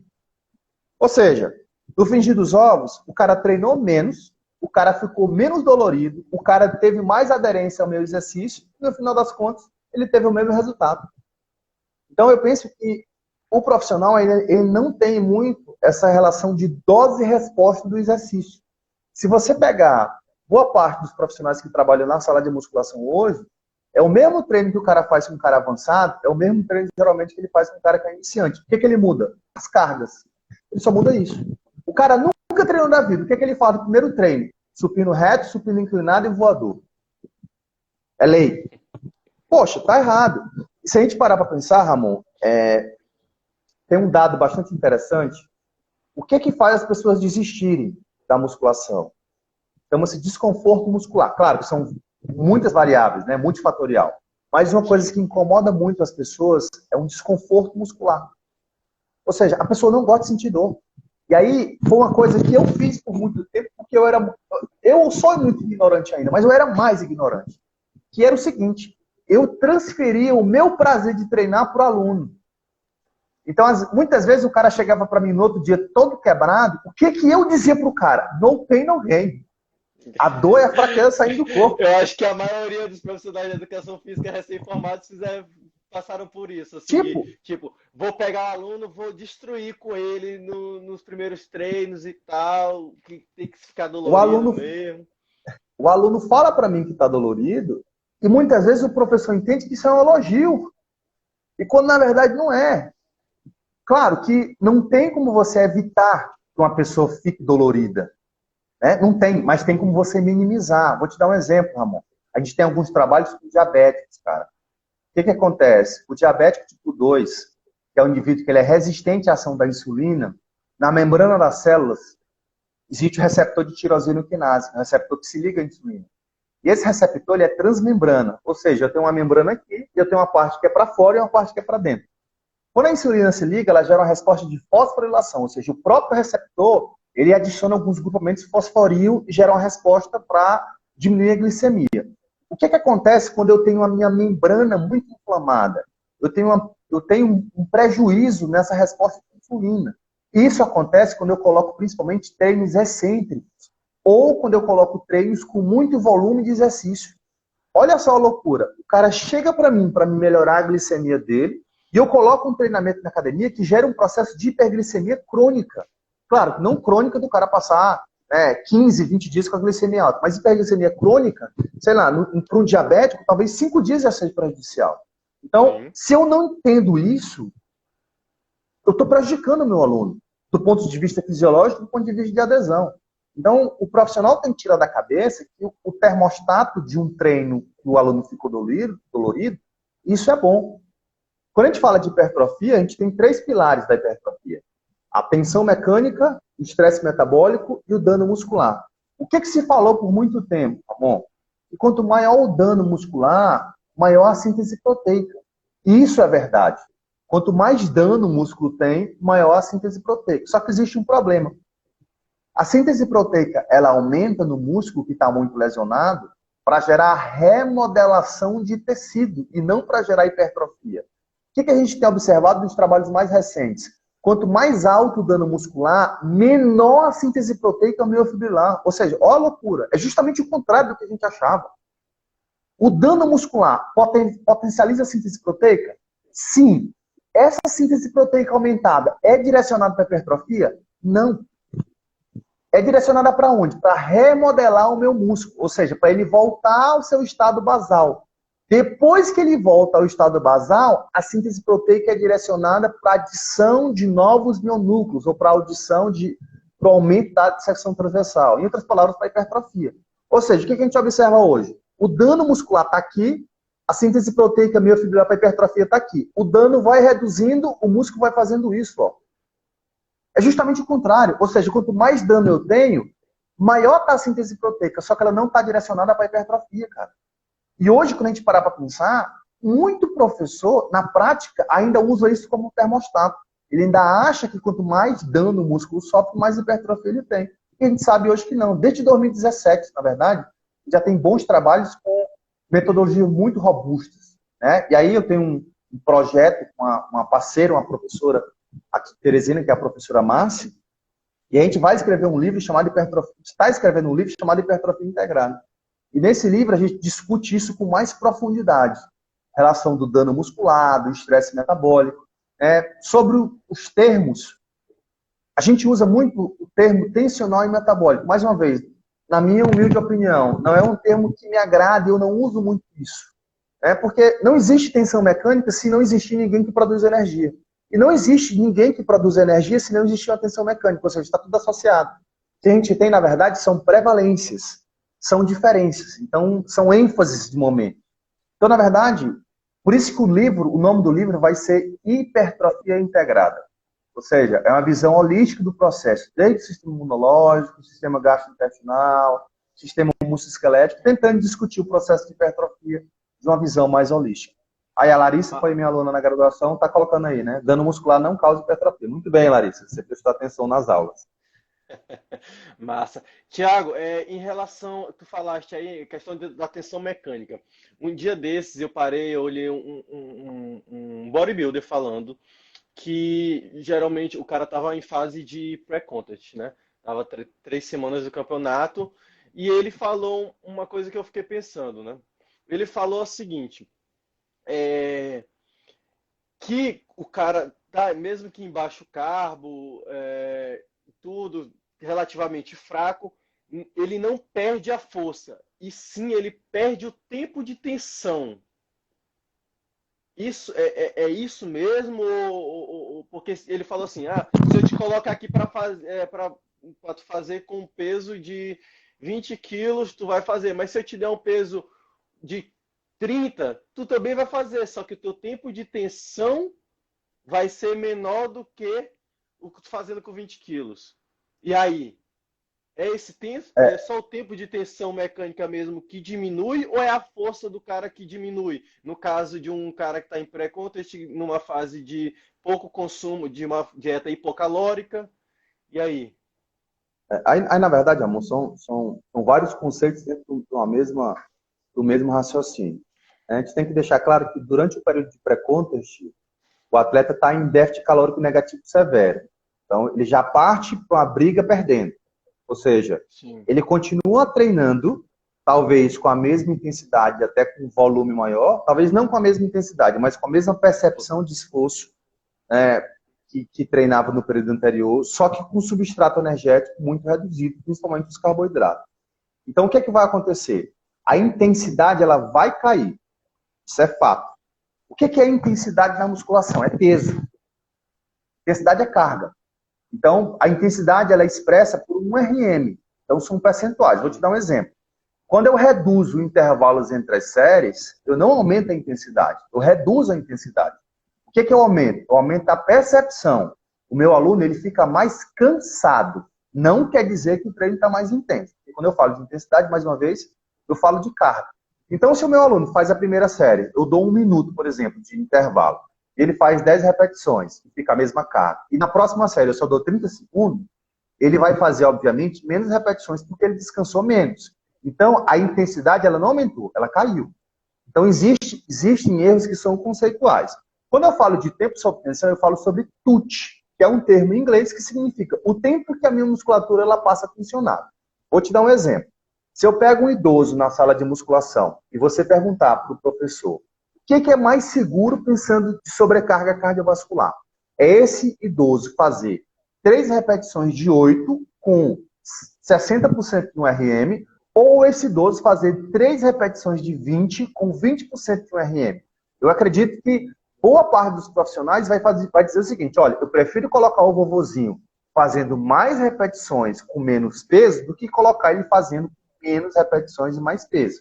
Só que se eu contar o tempo que o músculo do idoso ficou tensionado fazendo 8 repetições, foi 1. O tempo que o músculo passou tensionado fazendo 20 repetições foi o dobro. Ou seja, do ponto de vista de estresse cardiovascular, o músculo está aqui. Então, quando eu faço isso, eu tenho o encurtamento do sarcômero. Quando eu faço isso, eu tenho o afastamento da origem da inserção. É por isso que esse movimento aqui, ó, a literatura não chama de contração muscular, ela chama de ação. Porque contração é só a parte que encurta. Quando eu falo do movimento completo, o músculo encurta e ele afasta. Então aqui eu tenho a ação muscular. Quando o músculo faz isso, o vaso está aqui e o músculo faz isso no vaso, ó. Ele comprime. Então quando eu pego o vaso do idoso, ele vai passar mais tempo sendo tensionado e sendo comprimido, fazendo 20 repetições do que fazendo 8. Quando eu pego esse conceito, eu transfiro para o bodybuilder, realmente, se eu reduzo a carga, uma estratégia que se vai ter, nesse ponto de vista, é tentar aumentar o tempo sob tensão. Vou te dar um exemplo. O drop set que é feito na academia, ele não tem por objetivo aumentar a intensidade, ele aumenta volume. Porque pensa, se eu falei que intensidade é carga, é peso, e o princípio do drop set é você fazer de 8 a 12 repetições, chegar próximo da falha e reduzir de 20 a 30% da carga, o que você faz? Você reduz a carga para você continuar a contrair teu músculo. Então, nesse caso, o que você fez? Você deu um estímulo hipertrófico, que é a tensão mecânica, só que a intensidade caiu e a percepção do esforço ela aumentou. Então, na verdade, a gente tem, eu acredito, erros conceituais. Por exemplo, drop set, rest pause, cluster set, não são técnicas de aumentar a intensidade, são técnicas de aumentar o volume. Com essas técnicas, o que você faz? Você faz mais repetição. Você aumenta a quantidade de repetições. Eu vou te dar um exemplo muito clássico no bodybuilding. Só do cara estar fazendo mais exercício aeróbio, a recuperação dele já está comprometida para ele aumentar a quantidade de exercício, somado a um déficit calórico severo. Então, o que o atleta de fisiculturismo procura fazer nessa fase? Ele procura achar um equilíbrio entre um mínimo de tensão mecânica para a quantidade de nutrientes que ele vai ter. E aí, cara, é onde entra o uso dos ergogênicos. Porque se fosse uma condição normal, a gente não teria um balanço nitrogenado sustentando esse déficit calórico e muitas vezes esses exercícios cardiovasculares 2 ou 3 vezes ao dia. E aí que vem a diferença. O uso de recurso ergogênico nessa não tem por objetivo aumentar a massa muscular, mas atenuar a perca. E aí, quando a gente fala de recursos ergogênicos, esteroides anabolizantes, eles vão atuar nessas duas vias, de aumentar a síntese e de reduzir a degradação. Então, nessas fases distintas, quando eu tenho menos substrato energético, realmente a intensidade cai. Uma forma que o atleta encontra para aumentar a intensidade é aumentar o tempo de tensão mecânica. E isso, cara, é um erro que muitos atletas fizeram no passado e até hoje fazem. Vou te dar um exemplo. Existe uma categoria chamada Body Fitness, que é a categoria que as meninas precisam ter um dorsal maior e um membro inferior mais contido. Então imagina só a loucura. A gente passou a vida toda estudando como que o músculo cresce. Só que nessa categoria, a menina precisa ter o dorsal grande e a perna pequena. Então como que eu, como um treinador, vou estimular a hipertrofia de dorsal e vou estimular o catabolismo de membro inferior? Sendo que a nutrição é a mesma. O fígado é o mesmo. Todo o processo fisiológico é o mesmo. Ou seja, ela é controle dela mesma nesse ponto de vista. Ou seja, é como se da cintura para cima eu precisasse ter todo um processo anabólico e da cintura para baixo eu precisasse ter todo um processo catabólico. Isso não existe dentro da fisiologia humana. O processo ele é altamente integrado. Isso é um desafio para o bodybuilder. Então, nesses casos, o que eles fazem? Eles associam a estratégias nutricionais. Eles fazem um cardio mais prolongado. Eles retiram substrato energético e incluem, por exemplo, ergômetros de braço. Em categorias, por exemplo, que o atleta não pode ter o membro muito aumentado, não pode ter o braço muito aumentado, como exemplo, o Men's Physique. O Men's Physique não pode ter o braço muito grande. Então, geralmente, você vai conversar com o Men's Physique, o cara está, sei lá, 1 ano fazendo bíceps com o braço 2 vezes o tamanho do meu. Então, algumas categorias, a gente vai ter, Ramon, Já, um potencial. o braço é grande mesmo. A gente vai a gente vai ter um potencial genético muito forte, cara. Porque além do indivíduo ter hipertrofia, essa hipertrofia ela não pode ser, digamos assim, solta. Ela precisa ser altamente específica. Tem categorias, por exemplo, que a menina precisa ser desproporcional. Ela precisa ter um trabalho, né, um volume muscular de membro inferior muito grande e um membro inferior contido. E aí entra o problema dos esteroides. A gente, de cara, já percebe a menina com um trapézio gigantesco, um tríceps muito grande, ou seja, regiões onde se tem receptores androgênicos muito, muito em grandes quantidades, essa região ela vai crescer. Então é até uma tecla que eu bato muito com os treinadores. A galera utiliza o dobro de recursos para ter o mesmo benefício. Não faz sentido. A galera utilizar muita bola, muita substância, sendo que no final das contas o resultado final é o mesmo. O que é que o cara teve? Ele teve mais colateral, ele teve mais prejuízo de colesterol, de alteração de perfil lipídico, alteração renal, alteração... Ou seja, o cara se envolveu numa porrada de colateral para melhorar 0,5%. Que muitas vezes, para o bodybuilder, 0,5% é muita coisa. Mas muitas vezes, para o resultado final da competição, não faz diferença. Aí você pega os atletas que são mais profissionais, o cara utiliza menos coisa do que um indivíduo amador e tem um físico 2, 3 vezes melhor. E é por isso que eu bato na tecla. Não existe uma associação do que você toma com o que você é. Se existisse uma associação, Maranhão aí, Teresina aqui, a gente via cheio de Mr. Olímpico na academia. Porque a galera toma bola feito aspirina ou feito pastilha. E a gente não percebe isso. Eu tava vendo isso aí, realmente, um depoimento de um atleta profissional conhecido aí, esses caras que participam de Mr. Olímpia, ele falando que em época off-season e tal, ele fazia, não sei se, agora eu não lembro, mas tinha uma específica época que ele usava cerca de 250 miligramas por semana de testo. E eu vi uns caras daqui de São Luís, mesmo, o cara usando 500 miligramas por semana de teste. Eu falei, caralho, não bate as contas. Olha o cara, tamanho do cabo lá, 130 quilos e esse aqui 90. Que diabo é isso? Né? Não faz sentido. Então, acho que no o pessoal meio, erra muito na mão, né, cara? no meio underground, né, assim, da galera que estuda isso, o público feminino é o que sofre mais com isso. Né, porque são altas doses de hormônio para um corpo que não é preparado para aquilo. Na verdade, mais, até aquela discussão de termos. Eu não gosto muito dessa questão de hormônio feminino e hormônio masculino. Por exemplo, os homens têm uma certa quantidade de estrogênio. E aí, às vezes, o cara quer reduzir o estrogênio. O estrogênio é uma das principais substâncias que protege a membrana. Ou seja, o cara fica mais suscetível a um dano muscular mais evidenciado, a recuperação muscular menor. O estrogênio tem uma relação muito forte com a libido do cara. Às vezes, o cara pensa que a libido dele está ruim, porque a testa está baixa. Na verdade, a testa está normal. Né? É o estrogênio que está alterado. E a mulher também. Ela consegue produzir testosterona lá no ovário, na célula da peca, por exemplo. Só que são em quantidades menores. Então, tanto os androgênios como os estrogênios, eles têm em ambos os gêneros, só que em proporções diferentes. E quando a mulher ela entra na condição, né, de uso de ergogênico muito aumentado, e aí é muito simples você se colocar numa situação muito aumentada. Porque a produção de andrógeno pela mulher é muito pequena. E aí o que me assusta, cara, é que assim, de uma forma empírica, o que é colocado como seguro para a mulher? No máximo, entre 80 e 100 miligramas a semana. No máximo. Isso não é dado científico, é dado off-label. É a galera da prática. Se a gente para pensar, tem muita mulher que acha que 20 miligramas de oxandrolona é dose baixa. E eu queria saber como que esse pessoal faz conta. Porque se eu pegar 20 miligramas e multiplicar pela semana toda, a menina tem 140 miligramas semanal. Sendo que o que a galera recomenda, a galera que estuda isso, é entre 80 e 100. Isso na máxima das hipóteses.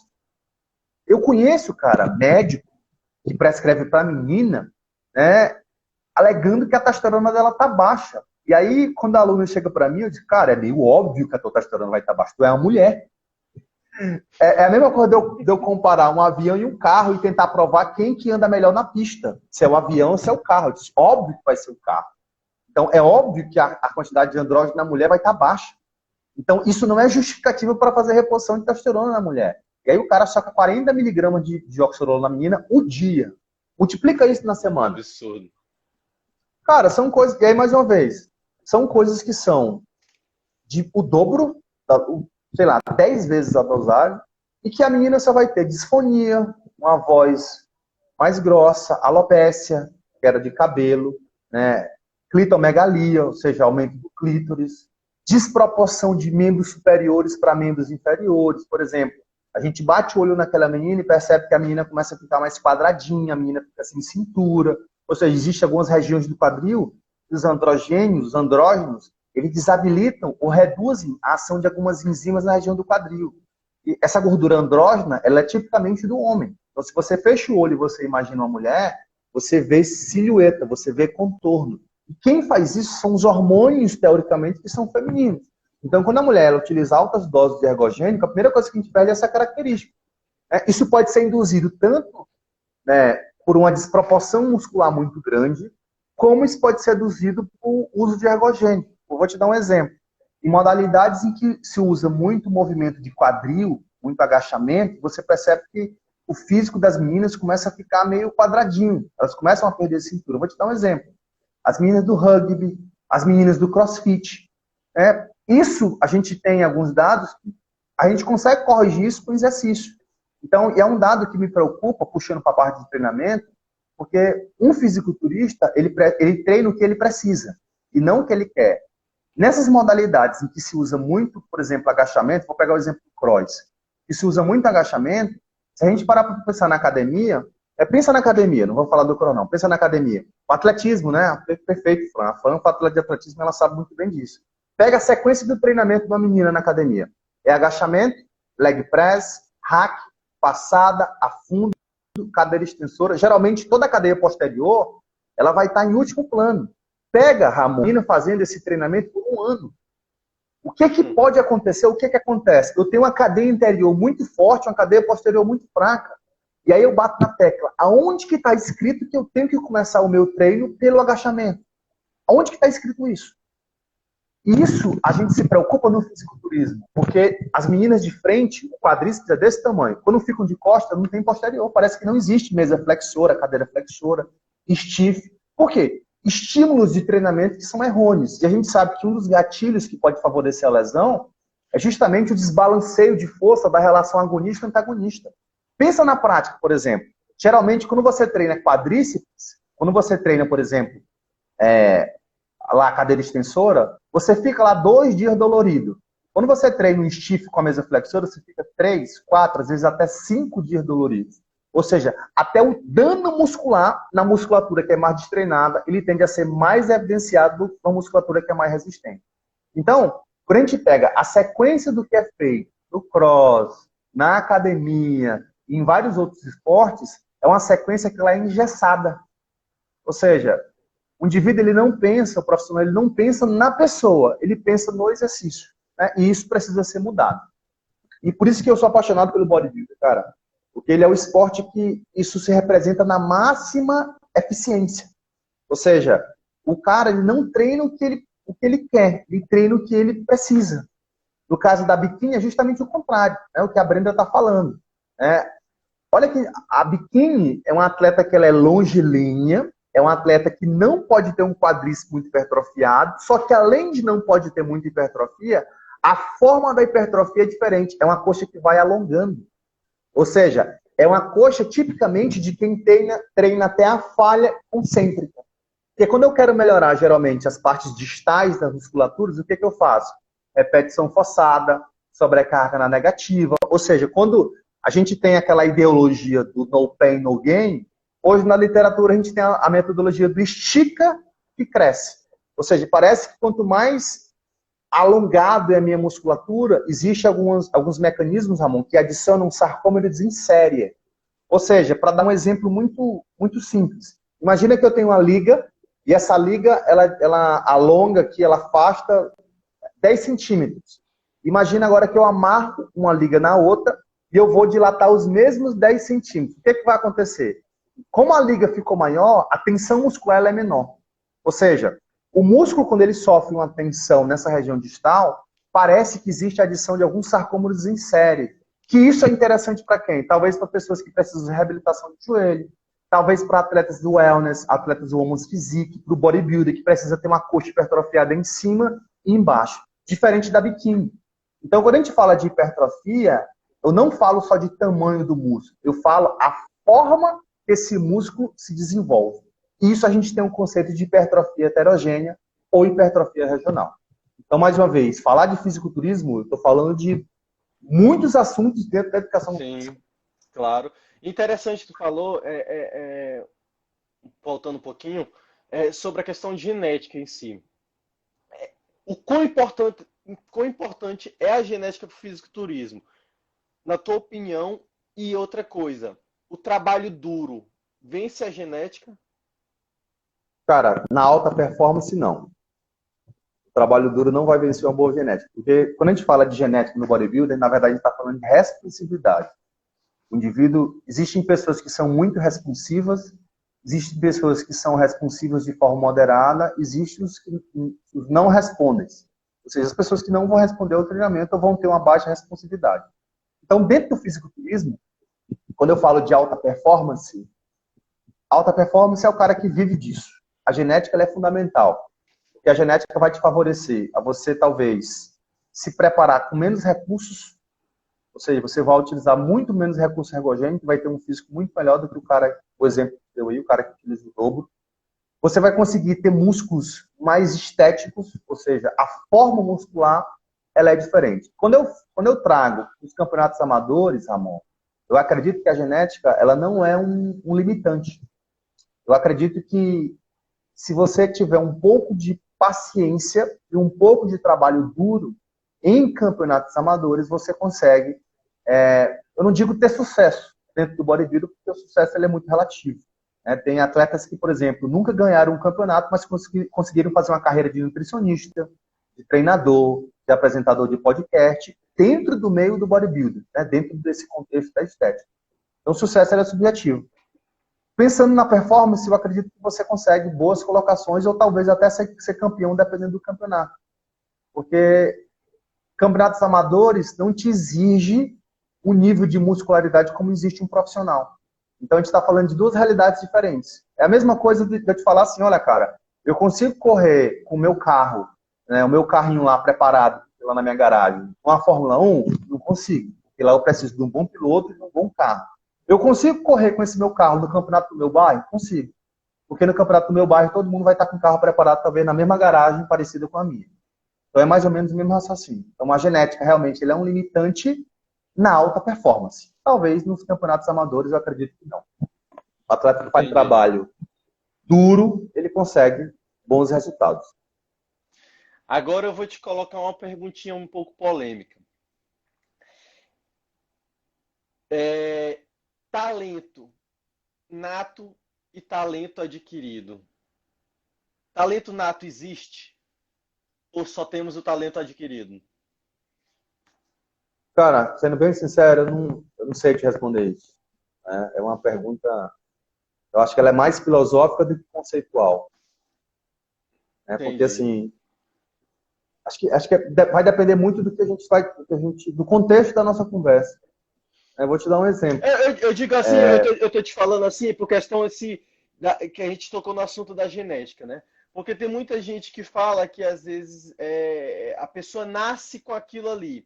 Aquilo ali que ela nasceu foi simplesmente o fruto da genética dela que proporcionou a ela a ter uma facilidade para aprender tal coisa, ou aquilo ali é uma coisa mesmo que tu nasce, vamos dizer, com dom, né? É genética mesmo ou é um dom, né? Então veio isso na minha cabeça, né? A gente perguntar isso porque a gente estava falando da genética, né?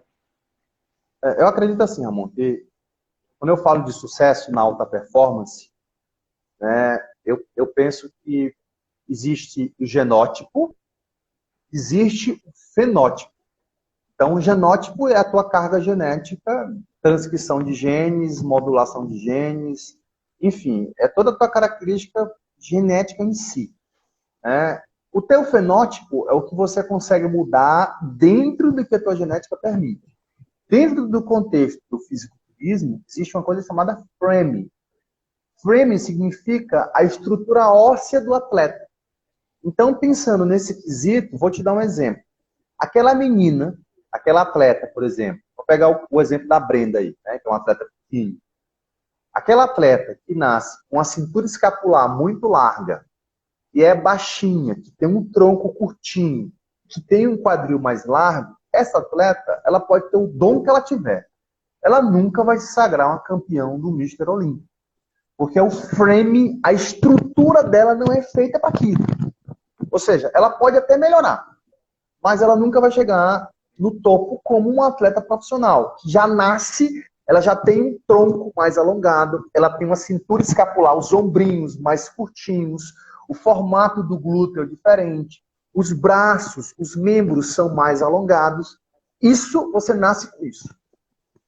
Você nasce. Diferentemente de como você tentar te explicar de uma forma mais simples. Como que você talvez pegue isso e você coloque isso na prática?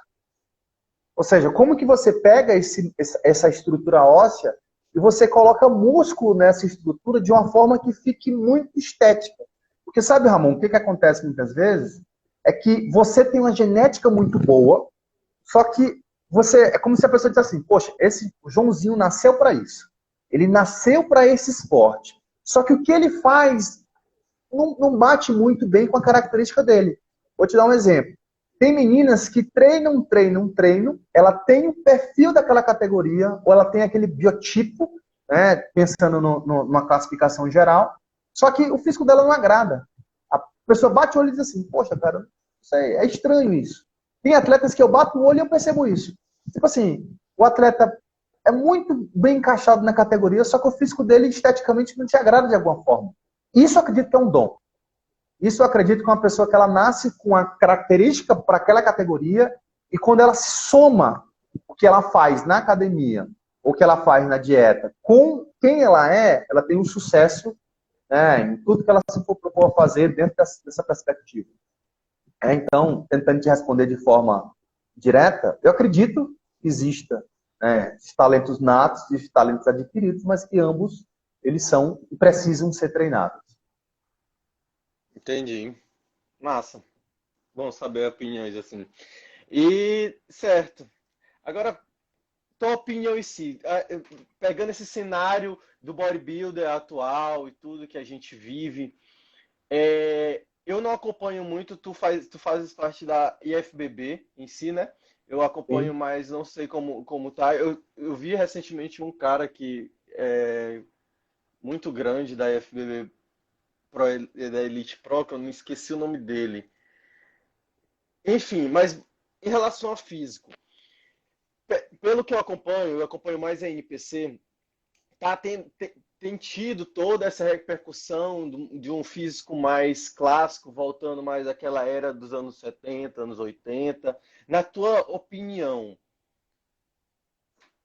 deve-se voltar a esses caras, esses bodybuilders opens, mais, né, com esse porte mais clássico, uma silhueta, um frame, como tu falaste, mais em X mesmo, ou tu acha que deve manter aquele padrão grosseiro, cintura larga e etc e tal?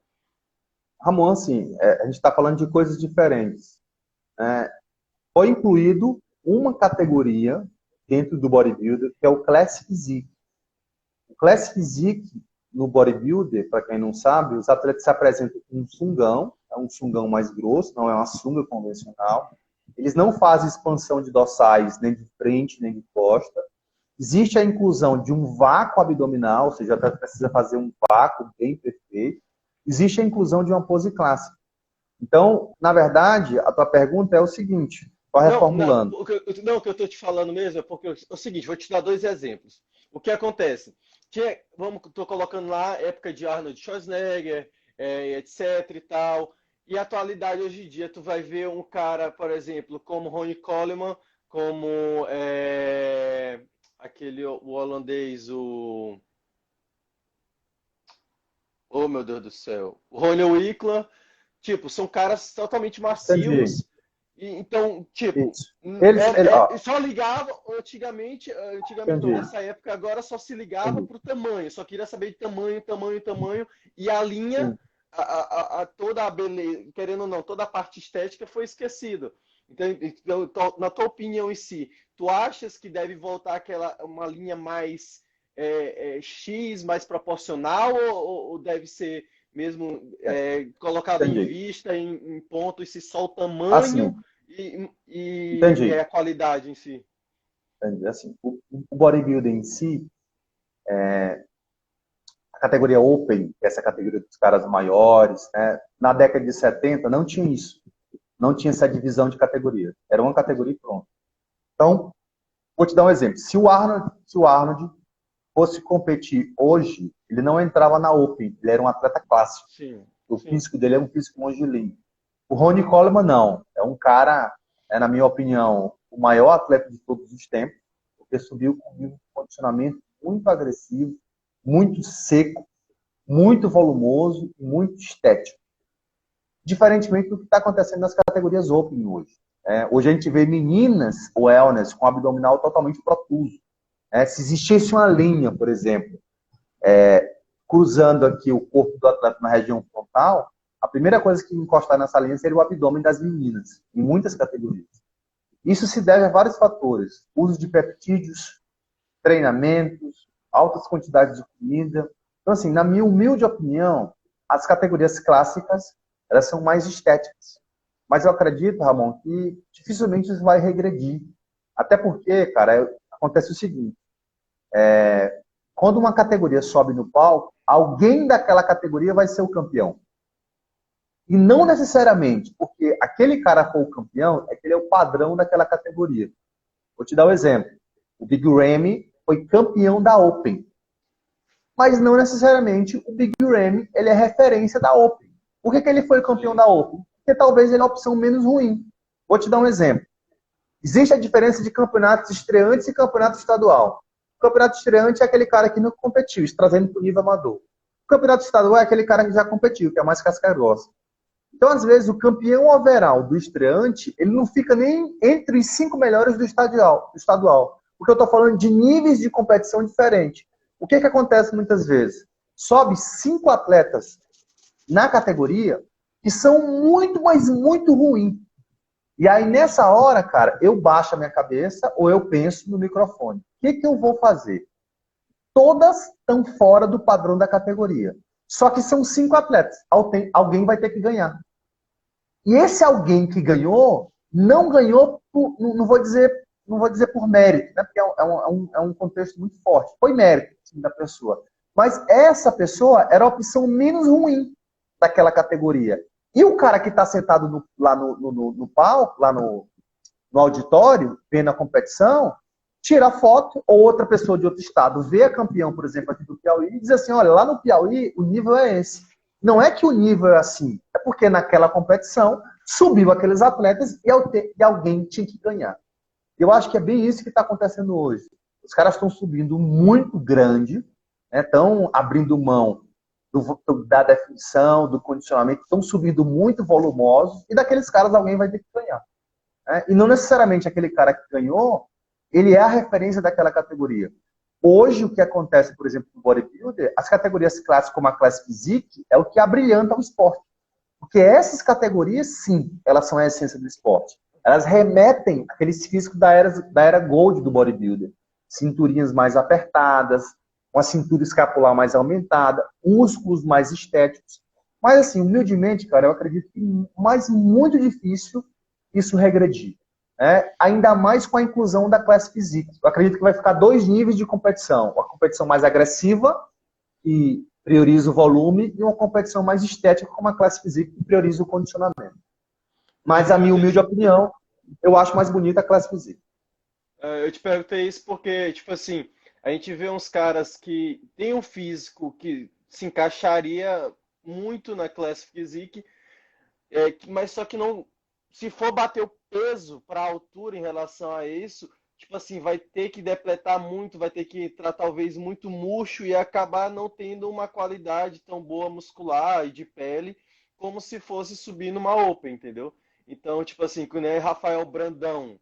Rafael Brandão tem um físico muito, muito top, muito bom, mas tipo, eu acho que talvez fosse melhor na Classic, mas é aquela coisa, baixar muito o peso também até que ponto seria bom, né? Tem que ver o que é sacrificante para o atleta, tanto do ponto de vista positivo como do negativo. Nas competições amadoras, por exemplo, no Maranhão, e até aqui no Piauí, tem meninas, cara, que chegam na competição, a menina está sem treinar braço ou membro superior um tempão. E tu vê o braço da menina muito definido, braço volumoso, com as costas bem marcadinhas. E tu para e pensa, a menina compete na wellness. Só que ela insiste que quer subir naquela categoria. E ela está sem treinar braço há muito tempo, está numa dieta restritiva há muito tempo, fazendo vários cargos. Se ela se esforçasse um pouquinho e fosse para uma categoria mais pesada, para um women's, a menina teria sucesso absoluto. Mas a pessoa insiste em competir naquela categoria que é como se ela estivesse limitando a genética dela. Ela está tentando crescer, está tentando crescer, está tentando crescer, e ela insiste na categoria que, teoricamente, já não dá mais para ela. E é isso que eu vi. Preconceito, Thiago? Eu acredito que sim, principalmente nas categorias femininas. No Brasil, a categoria biquíni e a categoria wellness realmente são as mais procuradas das meninas. Geralmente, a body fitness é um atleta que não consegue desenvolver muito glúteo, ou é aquela menina que tem muita responsividade da cintura para cima, aquela menina que passa muito tempo sem treinar no superior, e quando ela trisca nos membros superiores, aí entra a questão da genética, né, da responsividade. Ou seja, ela tem muita responsabilidade da cintura para cima. Então, talvez uma categoria body fitness seja mais apropriada para ela. Aquela menina que hipertrofia com uma certa facilidade, braço, dorsal, deltoide, perna, talvez se daria bem no homo physique. Só que o problema do bodybuilder, Ramon, é que a gente fala de categorias femininas de mulheres com músculos e não com homens com roupas femininas. Existe uma interpretação muito errônea. Né? E é isso que eu tento passar para o pessoal da arbitragem, para os atletas, que é o seguinte, a gente busca mulheres musculosas, mulheres que têm feições estéticas, cabelo bonito, rosto preservado. Ou seja, eu estou vendo uma mulher com músculo, eu não estou vendo homens com roupas femininas. E, infelizmente, ainda existe esse preconceito por boa parte das pessoas e até pelas próprias atletas. Entendi. Tiago, voltando mais um pouquinho atrás na questão de desidratação, que eu estava lembrando que eu esqueci de perguntar. Antigamente eu estou falando de o quê? Acho que 6 anos atrás, não faz tanto tempo assim. Eu via que as pessoas, os atletas principalmente, faziam manobras muito radicais em relação à desidratação. Por exemplo, passar 48 horas sem tomar água, até mesmo usar diurético, ou então laxante. O porquê que se era utilizado isso e hoje em dia, por exemplo, chega no dia do campeonato, tem até que tá bebendo água, mesmo que seja em pouca quantidade, não corta o sódio, etc e tal. Como que tu vê essa evolução? Que para mim é uma evolução. Como que tu vê isso? Como que tu achas que o quão importante é e tudo? Entendi. Assim, sendo bem chato com o conceito da palavra, eu não vejo como uma evolução. Porque nem toda evolução ela é positiva. Evolução significa mudança, que pode ser uma coisa boa ou coisa ruim. Por exemplo, um paciente ele evolui para óbito, por exemplo. Então, eu vejo como uma mudança positiva. Né? E essa mudança positiva, acho que o primeiro fato, né, se deve ao conhecimento. Então, há 10 anos atrás, ou até 20 anos atrás, o acesso à informação não era tão fácil como é hoje. Então, hoje, por exemplo, a gente tem livros que discutem fisiologicamente essas manobras. A gente tem livros só sobre desidratação. Os atletas estão mais informados, existem lives sobre isso. Então, assim, não é que isso não aconteça mais, é porque está menos frequente. Então, eu acredito que é o primeiro fator. Os atletas estão mais informados. No passado, como que era feito? Um atleta famoso fazia e ele repassava o protocolo dele para todo mundo. É tão tal quando você conversa com um atleta mais raiz, um preparador mais antigo, o mesmo protocolo que ele usa numa biquíni, que tem 50, 60 quilos, ele usa num bodybuilder que o cara tem 120 quilos. É a mesma coisa, ele só muda as quantidades. Mas o protocolo é o mesmo, ou seja, o protocolo é engessado. Por quê? Porque eles não tinham acesso à informação. E aí vem um grande problema, e o que eu discuti até nos dados do meu mestrado. Os atletas manipulam tanta coisa, Ramon. Os caras manipulam, usam diurético, os caras usam hormônio, os caras manipulam água, manipulam carboidrato, manipulam todos os macronutrientes, manipulam estratégia de treinamento, e no final dá certo. Ou seja, no final ele consegue um físico estético, digamos assim. Qual que é o problema? Se eu chegar para o treinador e perguntar por que deu certo, ele não consegue me dizer. foi manipulado tanta coisa que ele não sabe o que causou o quê, como isso aconteceu e por que isso aconteceu. Então, aqui hoje no bodybuilding, a gente tem um desafio muito grande que é fazer o seguinte, olha, eu quero fazer só uma estratégia de carb up e eu quero ver o que acontece. Eu quero fazer só uma estratégia de desidratação e eu quero ver o que acontece.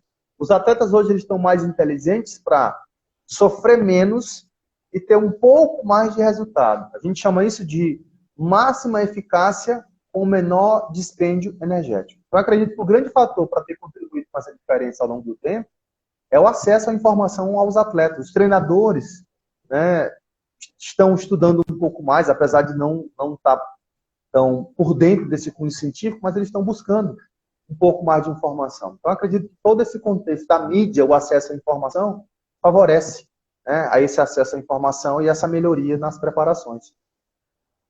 Entendi, Thiago. Agora, mudando um pouquinho de assunto, não vou sair do bodybuilding ainda. Só uma última pergunta. Tu já participaste do campeonato? Já foste atleta de fisiculturismo? Curiosidade minha. Cara, eu era atleta basista bem. Basista, no tempo, é quem fazia terra, agachamento e supino. Eu tenho um peitoral rompido. Eu tenho um peitoral do lado direito rompido. É um rompimento total. Então, assim, eu como árbitro sei bem disso. Se eu for participar de uma competição de fisiculturismo, a primeira coisa que eu seria penalizado seria pela assimetria, né, entre os peitorais. Mas só está me faltando isso. Né? Eu pretendo fazer essa cirurgia e aí participar aí de campeonato. Só que futuramente. Mas tu nunca Eu participou. gosto de comer. Eu gosto de comer, Ramon. Tem esse problema. Comer é bom demais. Eu não gosto de passar fome, não, cara. E cara, o atleta é uma coisa que eu tenho prazer em gastar dinheiro. E o atleta de bodybuilder, né, ele precisa se privar disso. Eu penso assim, Ramon, eu penso que você tem que ser bom no que você faz, cara. Sim. Se eu me propus, e até hoje eu me proponho a ser um bom árbitro, eu estudo para isso. Eu não me acho melhor nem pior do que ninguém. Só que o que eu faço, eu procuro ser bom. No caso da arbitragem. Eu procuro ser um bom árbitro. E eu penso no seguinte, que um campeonato só funciona se tiver engrenagens e essas engrenagens se somarem. Então, como eu nunca tive essa pretensão de competir e tenho como o Adriano perguntou, né? Já rompi há um certo tempo, só que quando você rompe um peitoral total, que você não faz cirurgia, você fica com um buraco, né, no peito, de uma forma bem simples, próximo da axila. Então, qualquer pose que você faça, por mais que você tenha que disfarçar, não fica legal, não fica esteticamente agradável. Né? E aí, por isso, uma das razões que eu nunca participei de campeonato. Mas ainda não descartei essa possibilidade. Mas ainda não me veio o desejo de fazer uma preparação para me subir no palco. Arbitrando já tá bom demais. Tá bom demais. E, Tiagão, agora saindo um pouquinho desse mundo do bodybuilder, voltando para a parte acadêmica. E aí, parou no mestrado? Tem vontade Não, parei de no mestrado. seguir? Não, vou continuar. Eu tô desenrolando outros projetos. Projeto do livro, né, com a Márcia. E aí, quando eu terminar esse projeto do livro, me mudei. E aí, toda essa mudança, né? Voltei de São Luís para cá. Aí você se reestabiliza. Você foi morar fora, você sabe muito bem o que é isso. Né? Você passa por um processo aí de ajuste. E aí, quando eu me ajustar novamente... Mas eu já estou pensando. Porque assim, Ramon, quero fazer um doutorado igual eu fiz um mestrado, estudando o que eu gosto. Porque se você estudar o que você gosta, você tem tesão para estudar. Eu fiz o meu mestrado com tesão. Eu acordava todo dia motivado para ler. Quando saía um artigo, eu estava lendo. E eu acredito que se eu fosse estudar uma coisa que eu não gostasse, só para me dizer assim, olha, eu sou doutor, a minha vida não ia mudar. Eu ia ser um doutor frustrado. Eu não tenho essa perspectiva. Mas já estou pensando em alguma coisa dentro da área e encontrar algum orientador, né, que curta estudar o que eu quero estudar. E aí eu consigo, né, ganhar dos dois lados. Claro. E tua intenção em si, Thiago, é continuar trabalhando na área acadêmica, seguir, quer lecionar, Cara, eu gosto etc. das duas coisas. Eu gosto da parte da docência e gosto da parte prática, porque eu me vejo em dois ambientes, um ambiente teórico e um ambiente prático. Sim. Então, assim, eu não vejo sentido naquele professor de laboratório, o cara nunca fez um drop set na vida, e eu também não vejo sentido naquele marombeiro que o cara só treina a vida inteira e não sabe ler um artigo científico. Eu acho que você tem que ter um certo, nesse ponto de vista, né, não entrando na especificidade, você tem que ser bom nessas duas áreas, no conhecimento teórico e no conhecimento prático. E para mim Aliar hoje, os por dois, exemplo, né? isso, o treinamento personalizado é uma oportunidade que eu tenho de colocar o que eu estudo na prática, né, de gerar hipertrofia. Pronto, eu estudo hipertrofia. Poxa, o cara me contrata para aumentar músculo, poxa, é a oportunidade que eu tenho para colocar o que eu estudo, ou o que eu acho que eu estudo na prática. É uma forma de você até se testar. Sim, com Eu pretendo certeza. aí ficar nas duas áreas. Entendi. Mas tu tem pretensão de fazer doutorado? E se aparecer a oportunidade de fazer o doutorado fora de Teresina, lá vai Tiagão se mudar de novo? É isso que eu estou vendo, essa possibilidade. Inclusive, já recebi um convite, né, para assim que eu terminei o mestrado, só que era uma área que eu não tinha muito afinidade, era para estudar sistema imunológico, e aí eu Uhum. cliquei, né, agradeci o convite, mas que no momento, né, enfim, acredito que a gente tem que sair da nossa zona de conforto, né, mas Sim, com assim, certeza. eu não consegui entender esse conteúdo dentro da minha área de trabalho. Eu acredito que você tem que estar aberto a novos conhecimentos, ou até a novas áreas de estudo, mas que isso agregue na sua vida de alguma forma. Eu acho que Com essa é a certeza. minha máxima. Mas se aparecer a oportunidade, com certeza eu estarei lá. Ah, show de bola. Tiagão, então, cara, queria te agradecer do fundo do meu coração ter aceitado esse convite aí pra gente trocar uma ideia, tá? É, Foi muito esclarecedor, até mesmo para mim. Muitas coisas eu fiquei assim, cara, verdade, não sabia. Então, obrigado de coração por ter participado aqui da nossa live. Eu acho que acho não, tenho certeza que tu agregou muito para quem está assistindo e está acompanhando até agora a gente. E também agregou muito para mim, conhecimento, sem ciência em si. Eu que costumo falar que mesmo que eu esteja terminando o mestrado também, mas é uma coisa que a gente tem que estar o tempo todo estudando, se atualizando, porque a todo momento está saindo coisa nova aí no mercado, na internet. Então, não só nos limitarmos à nossa área, né? A nossa área de especialização em si, como tu falaste, mesmo que a gente seja especialista em uma área em si, a gente tem que sempre estar conhecendo tudo que está acontecendo ao nosso redor para a gente poder é, saber conversar, opinar e até mesmo discutir quando for preciso, né? E como tu falaste, a gente tem que sempre estar abraçando a nossa profissão e fazendo e nos unindo, né, para que a gente possa indicar um colega, na verdade, para que o indicar não seja uma coisa que não soe de uma má Concorrência. forma, né? É isso, Sim, como concorrência. E sim como admiração, né? com certeza. Pelo trabalho que o profissional está fazendo em uma área que a gente não é especialista, né? Então, obrigado de coração, Thiago, por ter aceito o convite, cara. Então, as portas Cara, estão abertas aí. Quando quiser voltar, embora a gente poder marcar mais lives aí, poder entrar em assuntos mais específicos, falar mais sobre ciência. Então, obrigado mesmo. imagina, cara. Eu que agradeço aos colegas que estão aí até agora. Espero ter ajudado de alguma forma. E é o que a gente comentou sobre a live, né? Por mais que você estude, por mais que eu estude um tema específico, né, no todo, né, quando a gente analisa o todo, eu vou continuar sendo ignorante para muitos e muitos e muitos conteúdos. Então, você termina sendo bom especificamente naquele assunto que ignora toda uma imensidão, por exemplo, de conteúdos que é educação.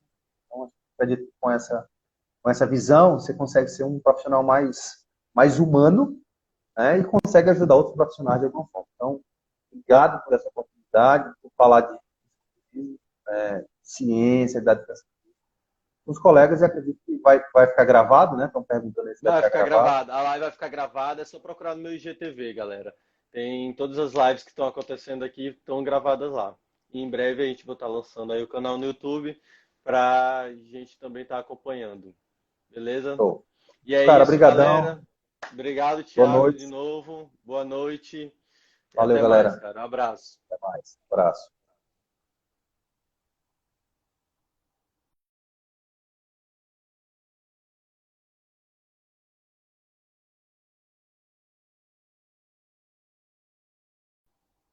Galera, lá no meu IGTV, tá? Vocês podem conferir desde a primeira, a gente já tá na sétima aqui com o Tiagão. Lembrando, amanhã a gente vai ter live de novo. De antemão. Tá sem áudio? Não é possível. Estão me ouvindo, não? Ixi. Deixa eu ver aqui.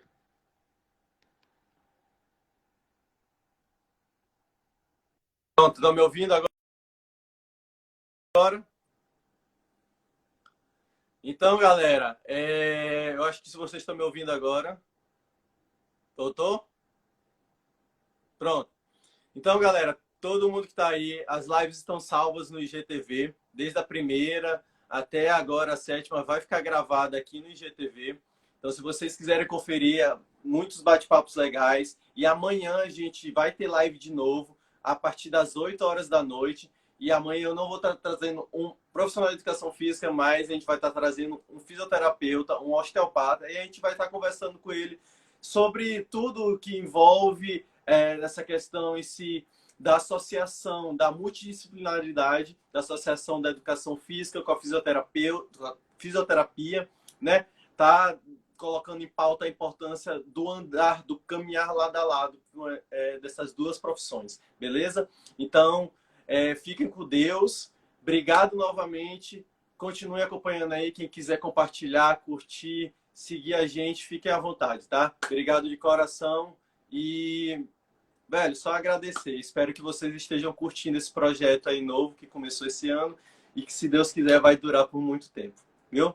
Valeu, beijo no coração de vocês e fique com Deus e tchau!